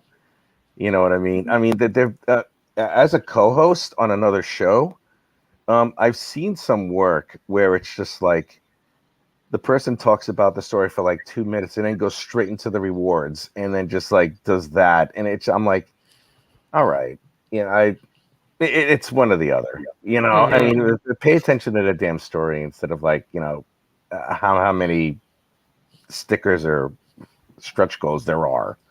You know, it's like it looks polished, but there's nothing to it. You know, it's I'm not trying to knock anybody. I mean, far be it from me to do that, really. But it's like you're putting something out there that you made yourself. You know what I mean? And you love it. It's a story that you want to tell. It's not something you put in for a cash grab, where it's like someone will do like 20 alternate covers and all of them have nude variants, and I'm like, all right, that's great. Yay. Yeah, I mean, that's why we did like that whole character section. You know what I mean? Yeah, like, exactly. It's the opportunity to tell, like, you're almost telling a story on your page because like you have all these characters, and like me and Trey have talked about, like, you know, it's hard in 24 pages to tell 8 character stories. So it's like, this is a good opportunity to show you where we're going with this and to trust us because, you know, we're going to take it in a really interesting way, you know? And that was like a last minute idea too. Like Trey's like, I'll just draw a giant selfie picture. And like, we spent 3, 4, 5, 6 weeks putting that all together and making, you know, like each pose is supposed to even show how their personality is. You know what I mean? So like one's drinking a beer, one's taking a selfie with like these rose gold glasses to show wealth. You have one who's pulling the jacket, like, get over here. Like, you're showing aggression, you're showing passion, you're showing where they come from, all from one still, which is difficult to do, but you can do it if you're smart about it and you plan it right. Man, that's great. Wow. I love that. And it's a matter of there's so many different campaigns and things that are out there and everything. You have to be different, but you can't put it so over the top that people see through it and see that you're being not real about everything that's on there. You want to show whatever passion you're putting into your project has to be a piece of your heart that you're putting into your campaign as well. And if it doesn't show there, people see through it and they just pass it by. So it's a good thing to have that in there to where they go, if there's this much passion and this much heart in just the campaign, imagine what it's going to be like whenever it's in my hands. Yeah. Yours is the best I've seen in quite some time, Sam. Really? No, yes. It's like I said to you before. I mean, we know what the story is going to entail, but we don't know how the story is going to wind up. You're drawing the audience in. You know, and the last cover that you used as a homage from John Romita fucking Sr. Nice, great touch. That was your brother who did that, right?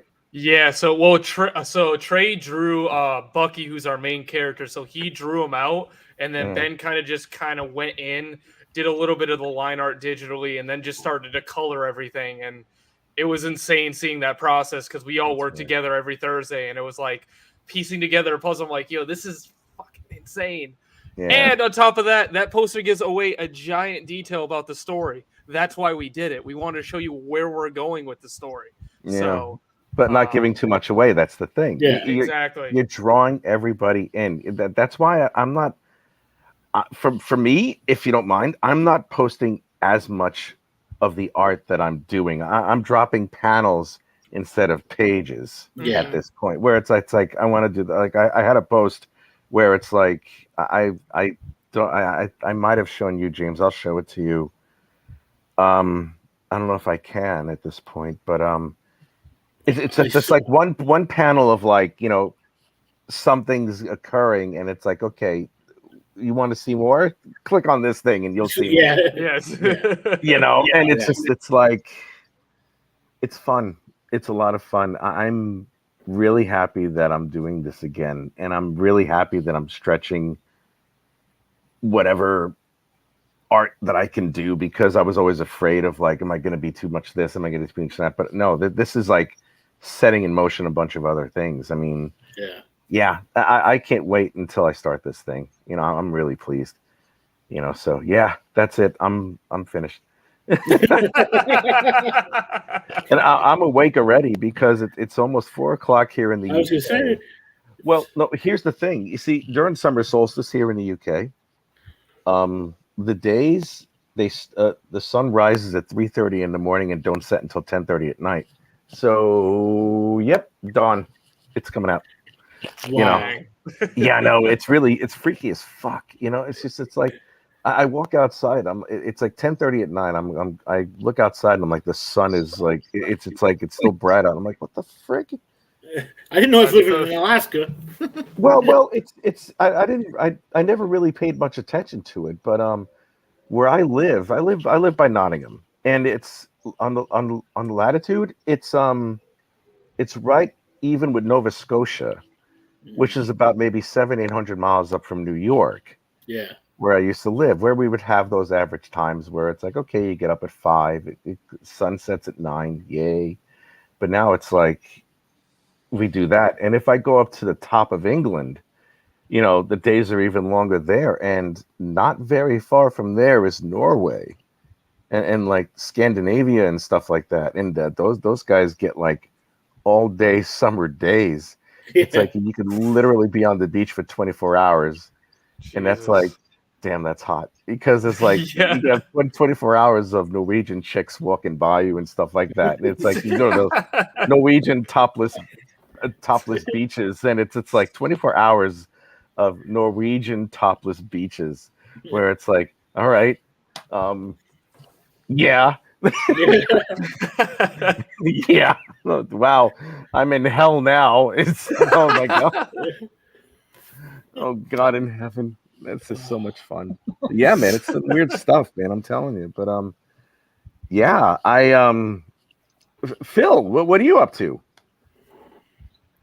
Oh, I'm just doing my thing. I'm actually not a creator as of yet. I'm working on a project that I've been working on for the past year, but some things got in the way, and now there's a lot of things in the way, but in a very positive way, which is kind of taking me away from doing things online as much.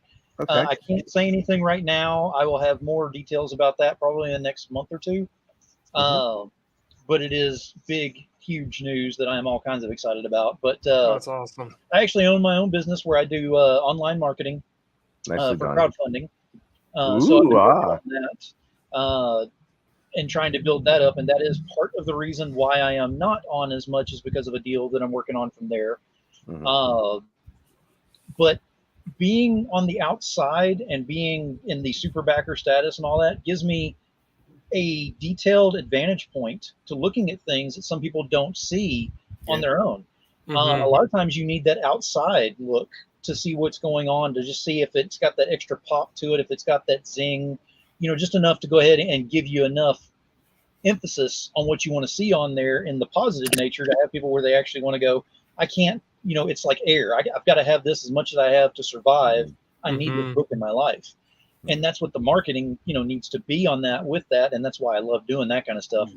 But other than that, like I said, we're working on some other much bigger things to go along with that, with the company, which I can't talk about right now. For the first time in my life, I actually signed NDA. Can you believe that?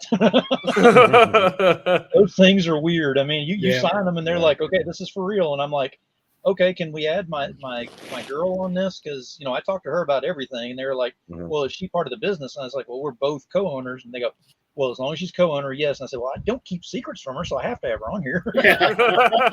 Exactly. That's more a general public thing than anything personal. Yeah. I mean, it's she's working with you, so there's no conflict or anything along those lines. Right. But if like one of her friends gets wind of it or something, and they decide, oh my God, my friend's boyfriend is like doing this and something, and they open their big fucking yapper, and then all of a sudden somehow it gets out there, and it's like, there's ways of shutting you up, honey. Keep your mouth shut. Stop talking. Exactly. It's like, enough. Here, have a cup. Here, have a latte or something. Let's have a. God, people are so damn vacuous. It's good that you have someone that you can trust with that, man. How's that working for you? Oh no, it's working great. Tried it once before with the very wrong person. That ended in flames and actually destroyed that brand. So I had to rebrand. Oh yeah, it was all kinds of ugly. We're not even going to get into all that, but yeah, it was bad. Damn. So whenever I got with Trisha and we were talking and going through things, and she's just asking, what are you into? What do you like? That kind of thing. So we're learning about each other. Told her comics, and she didn't run away screaming. So I was like, okay, we got a positive here. This is good. It works. Yeah. But then she started talking to me, about, what's your business about? And she was showing general interest. The red flags weren't there, but it was to the point where she was interested in how to make my job easier with it, which I was like, wait a minute. So you're not coming into this wanting to take half of everything. You want to come in and actually help out on this and take up some of the slack and everything. So that's what we do. She is actually the brains behind the Twitter side, because I don't understand Twitter to save my life. What she's done with our brand on Twitter has got us the largest following of any social media that we have right now, including Facebook, which I found fantastic. I second that. Twitter's like insane. Like it's I've been on social medias for a long time, and I just found my footing on Twitter, where that's literally the only reason we had such a successful start on this campaign. It's an easy way to contact people, to connect, and it's there is no invisible doors on all these other, I think, socials.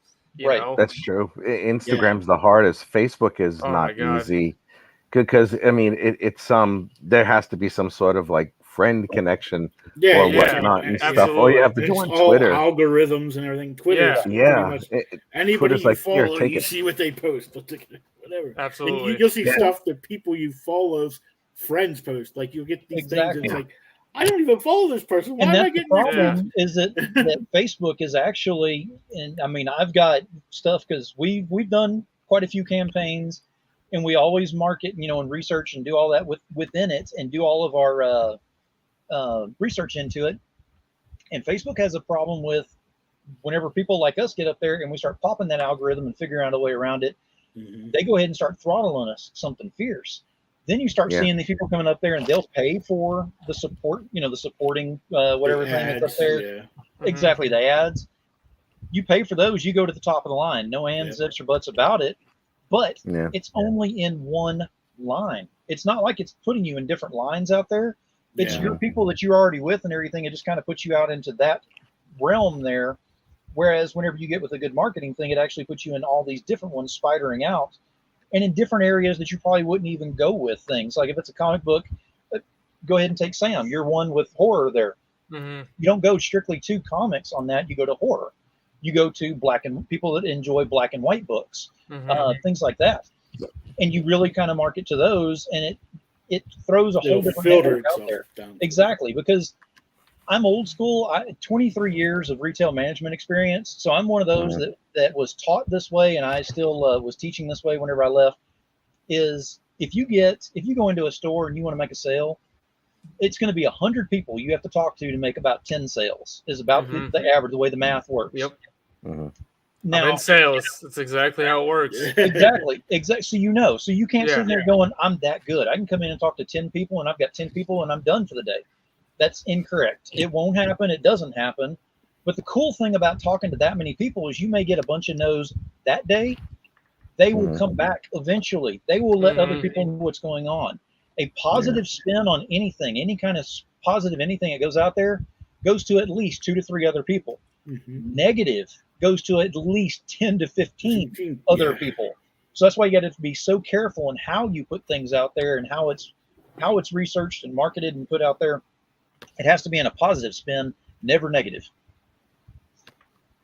Yeah. It's I couldn't understand marketing to save my life. Honestly, it's a difficult field.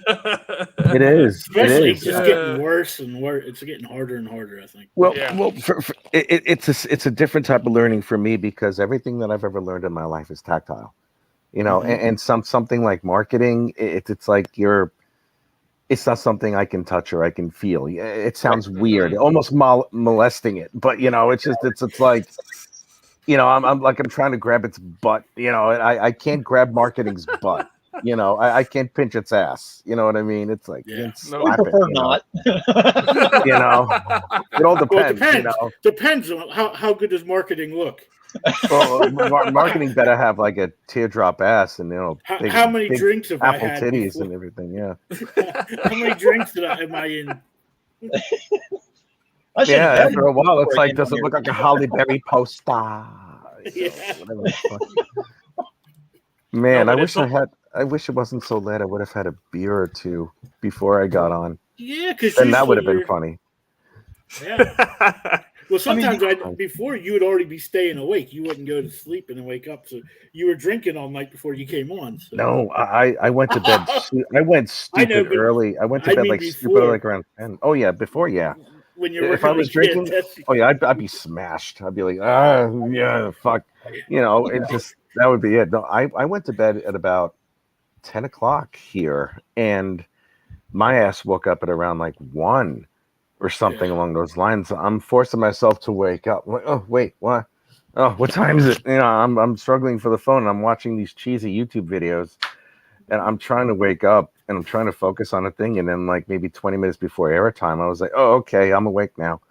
All right, great." But now I can't. Now I have no hope of going back to sleep at all because well, I can't. Well, I'm gonna probably do some writing or something like that, and then later, my lady and I we're gonna go to Cambridge, you know, today, and it's the first time because I live in the UK, and it's this is the first time I'm gonna go to Cambridge, and it's supposed to be so nice, and Cambridge, and my lady told me about the rivalry between Cambridge and Oxford. Yeah. You know, Cambridge and Oxford University and our rivalry with the horse polo and our rowing competitions. And I'm just like, and here the American in me and everything. And it's just like, man, you guys are just a bunch of pussies. Jesus Christ. I mean, what do? Slap each other in the face with a glove? I mean, what the fuck? Ooh, it's a pot of tea with a little pinky up in the air. I'm like, bitch. You know, and it's like, so it's funny. Some of the rugby guys here are really brawny and big and all that stuff, man. But you know, it's like you can't put them on a football field in America. They would die.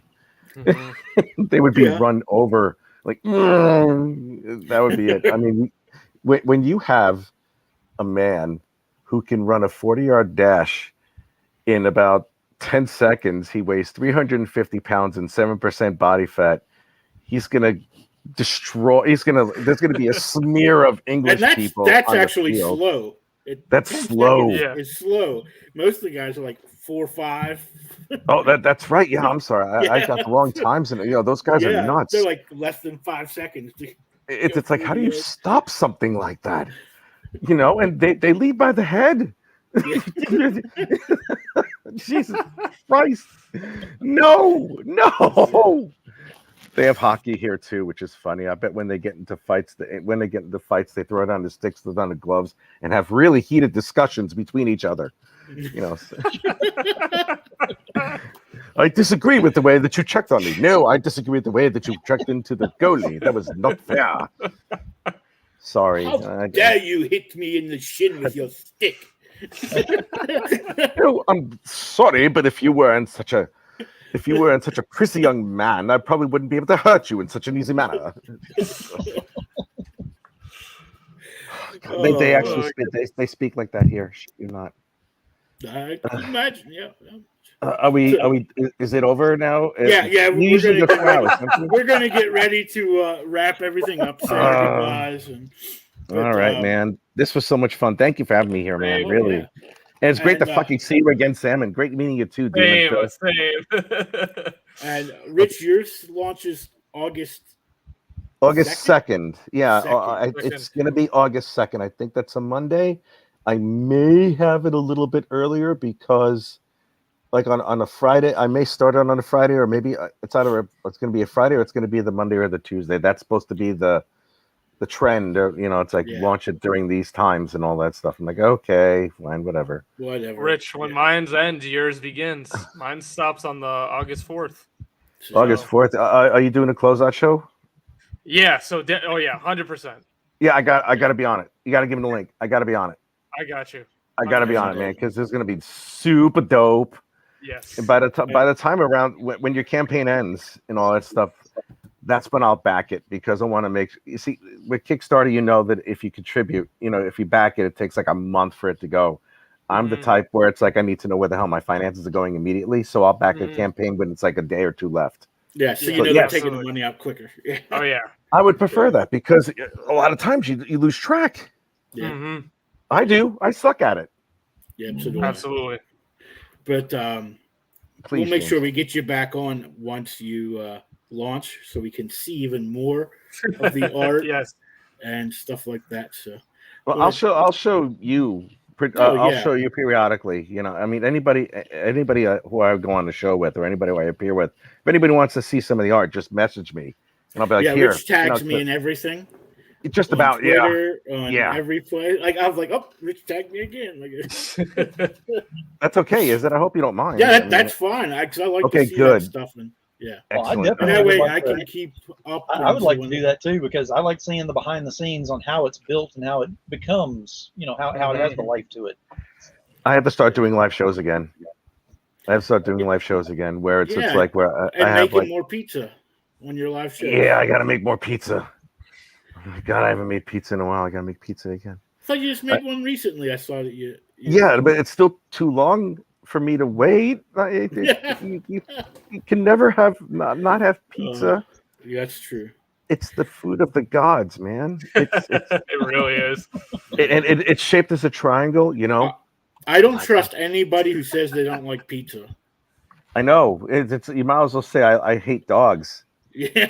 You might as well say if I ever met a chick that doesn't like pizza and doesn't like dogs, I'm like, oh, you're not even worth, just a grudge fuck.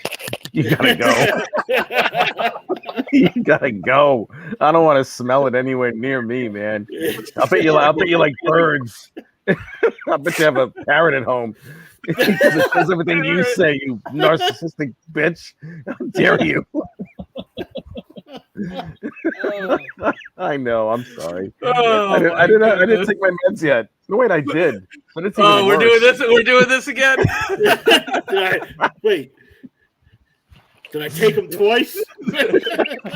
Oh God, I've done that once. Holy shit! Oh my God, it's just like all sorts of nuts, man. Yeah. It's great seeing all of you and meeting you, Demon Phil, man. Honest. And to send me a message on social media. I'm at Greystoke 20 on Twitter. Rich Perrota here on Facebook. The Richness Art Channel on Instagram. And send a message if you want to see some of the other art, man. I'd be more than happy to show you. Yeah. Absolutely. Thank you. I'm honored that you would even want to take a look, man. Thank you so much. Really. Oh, yeah, definitely. It looks awesome, Rich. I can't wait to see more, honestly. Yeah. I can't wait to see more of your stuff, man. And I'm going to back your campaign when it's about to close. Just make sure you do that. Just remind him or he'll totally forget. I will. I will totally forget. It's not a question of me not wanting to do it. It's just that, I am putting together a comic by myself. So it's like I have to pay attention to a couple of other things aside from that. Do you lose track of days when you're doing that? Like I do that all the time. If I'm working, I'll be like, oh. I do. I forget to I forget to eat. I mean, I forget to get up and drink water. I forget that I have legs, that I have to have blood in them to flow. What the heck are legs? A lot of time. I know, right? Well, without even realizing it. I mean, that's fucked up. That's why you got to have one you can take off, and then Rich, what was your Twitter again?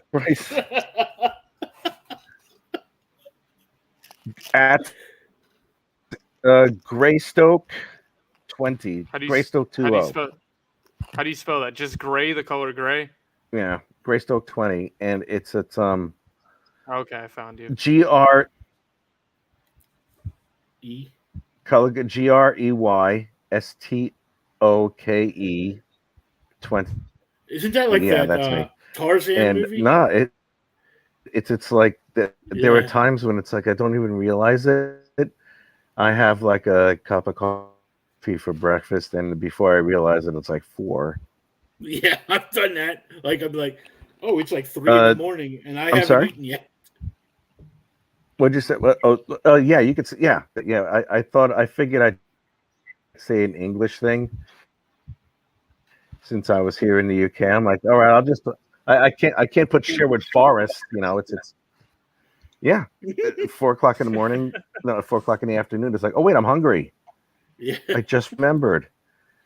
I've been doing this for 12 hours today. All right, that's great. Yeah. Look, and just like that, he took off. I think he was having connection trouble. Yeah, I think so too. But and then your campaign, you said ends on the 4th, so it's running right now for. So 8:38 a.m. is when it ends. So we're excited. We're trying to campaign as hard as we can. We want to get this book funded and send out all the cool physical stuff that we want to send you guys. So we end the 4th. If you want to find me, we're on like every social media, TikTok, Instagram, Twitter, Facebook, YouTube. Just search RAZE Comics, RAZE. And you should be able to find us pretty easy. If you want to follow me, I'm mostly on Twitter, so you can just follow me. It's comics_raze, and you'll be able to find me pretty easily. My header's 2% milk. I'm probably the only one in the world who has that, so you can come and find me on that. I'm excited. Come find me. We'll chat. We'll talk about zombies. Nice. Super excited to be here, and thank you guys for having me as always. Oh, yeah. And I did back your campaign. Yeah, I saw. Thank you very much. I appreciate that. Like a lot. So I'll be glad to finish the story, at least up to where you have it. So so I'll keep an eye on you. So anytime you want to come back, like I always tell everybody, we have 2 shows. We have the Friday show where it's mostly this Kickstarter stuff, but then our Wednesday show is just really comic books. We talk comic books. We review comic books. We do fan cast like comic book movies and all that fun stuff. And that's a actual podcast. I mean, we record it like this, but then it goes everywhere. So we're in, I don't know how many countries now on there. I've seen like 5 or 6 countries. So gotcha.